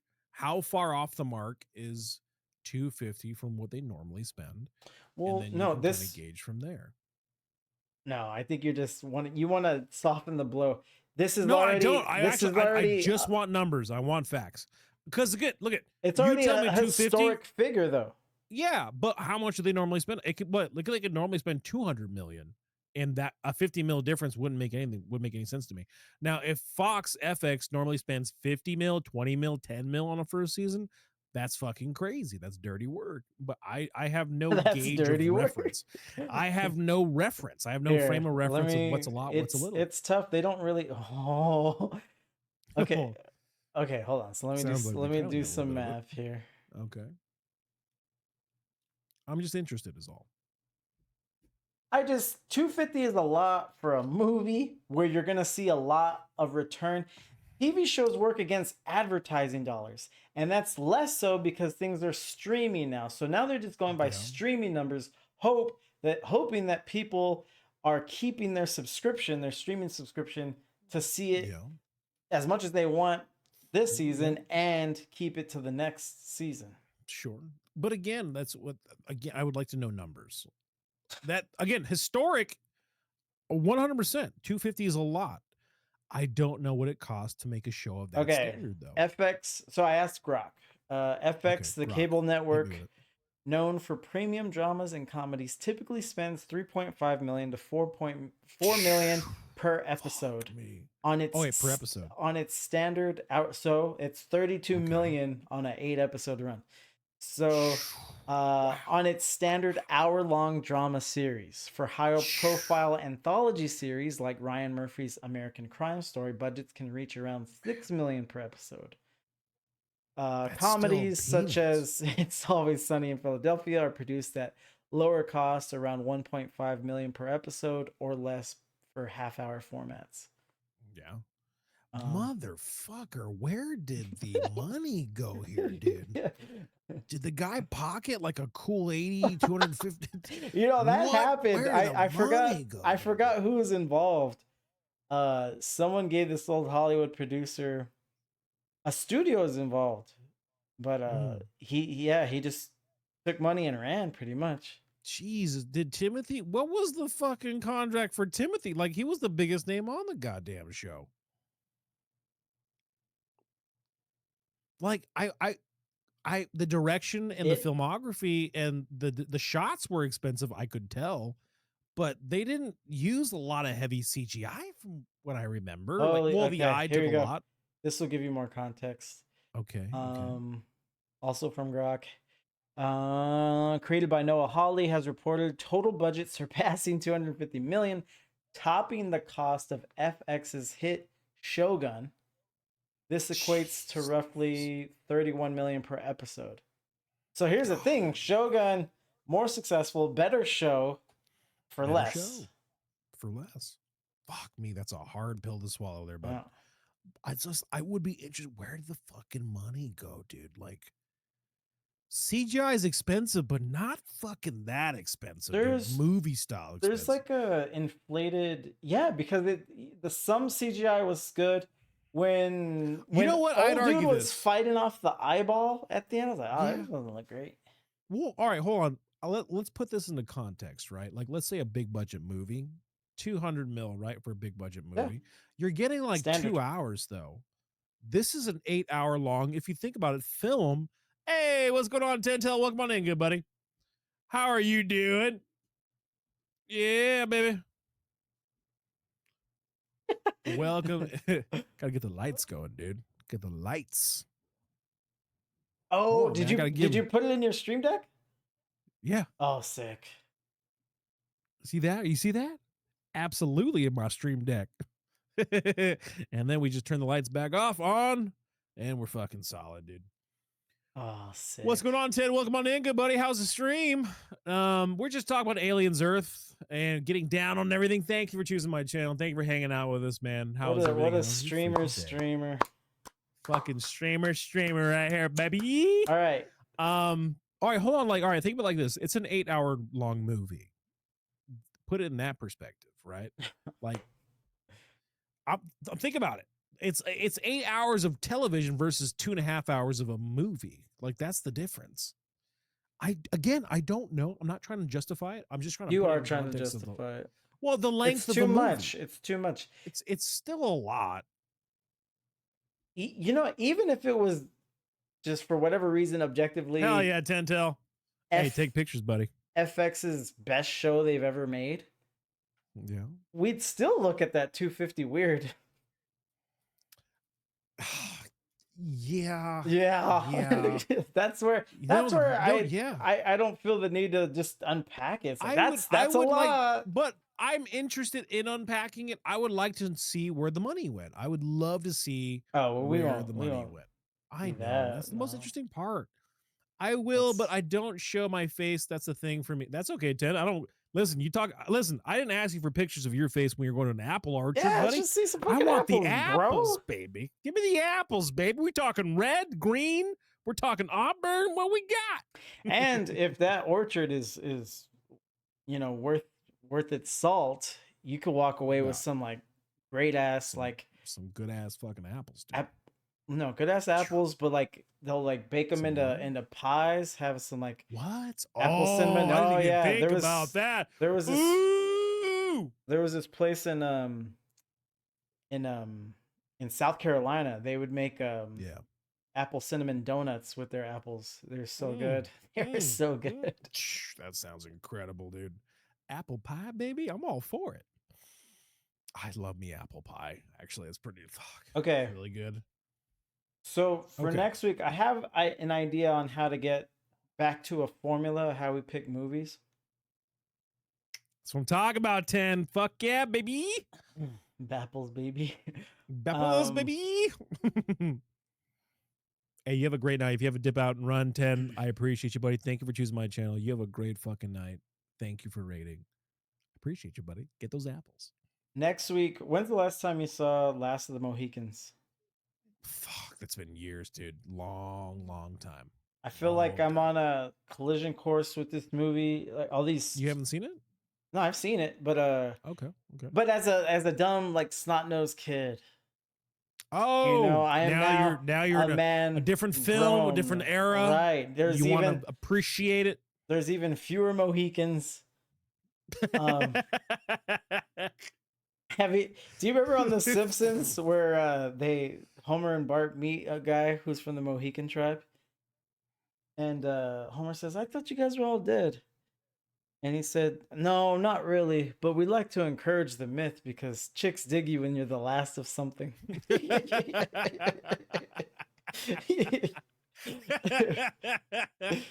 Fuck, Simpsons. Get it, dude. That's good. Oh, that's a good one. underappreciated writing for that little line right there. This is Okay. good. And then beyond that, I was thinking we go on a director cruise.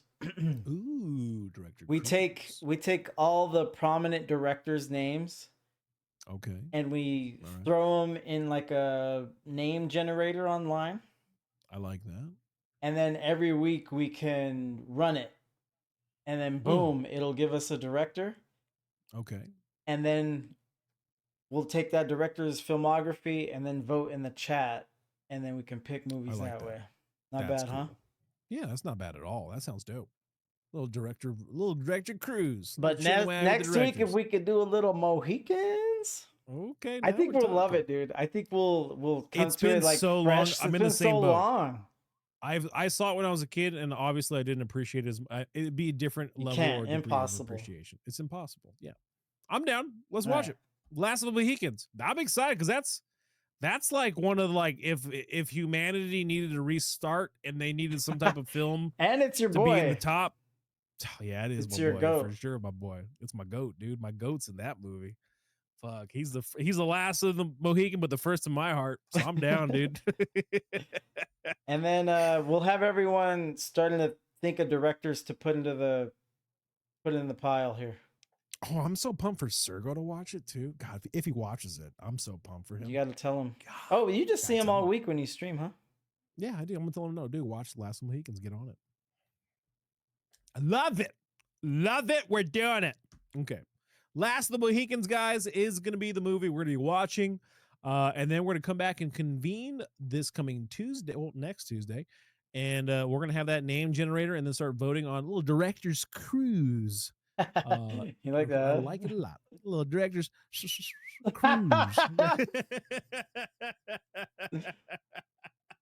Let's dare Bilbo.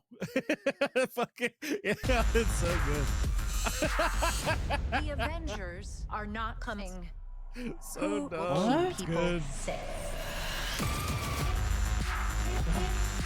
Good music too. It's all good. It's just all good.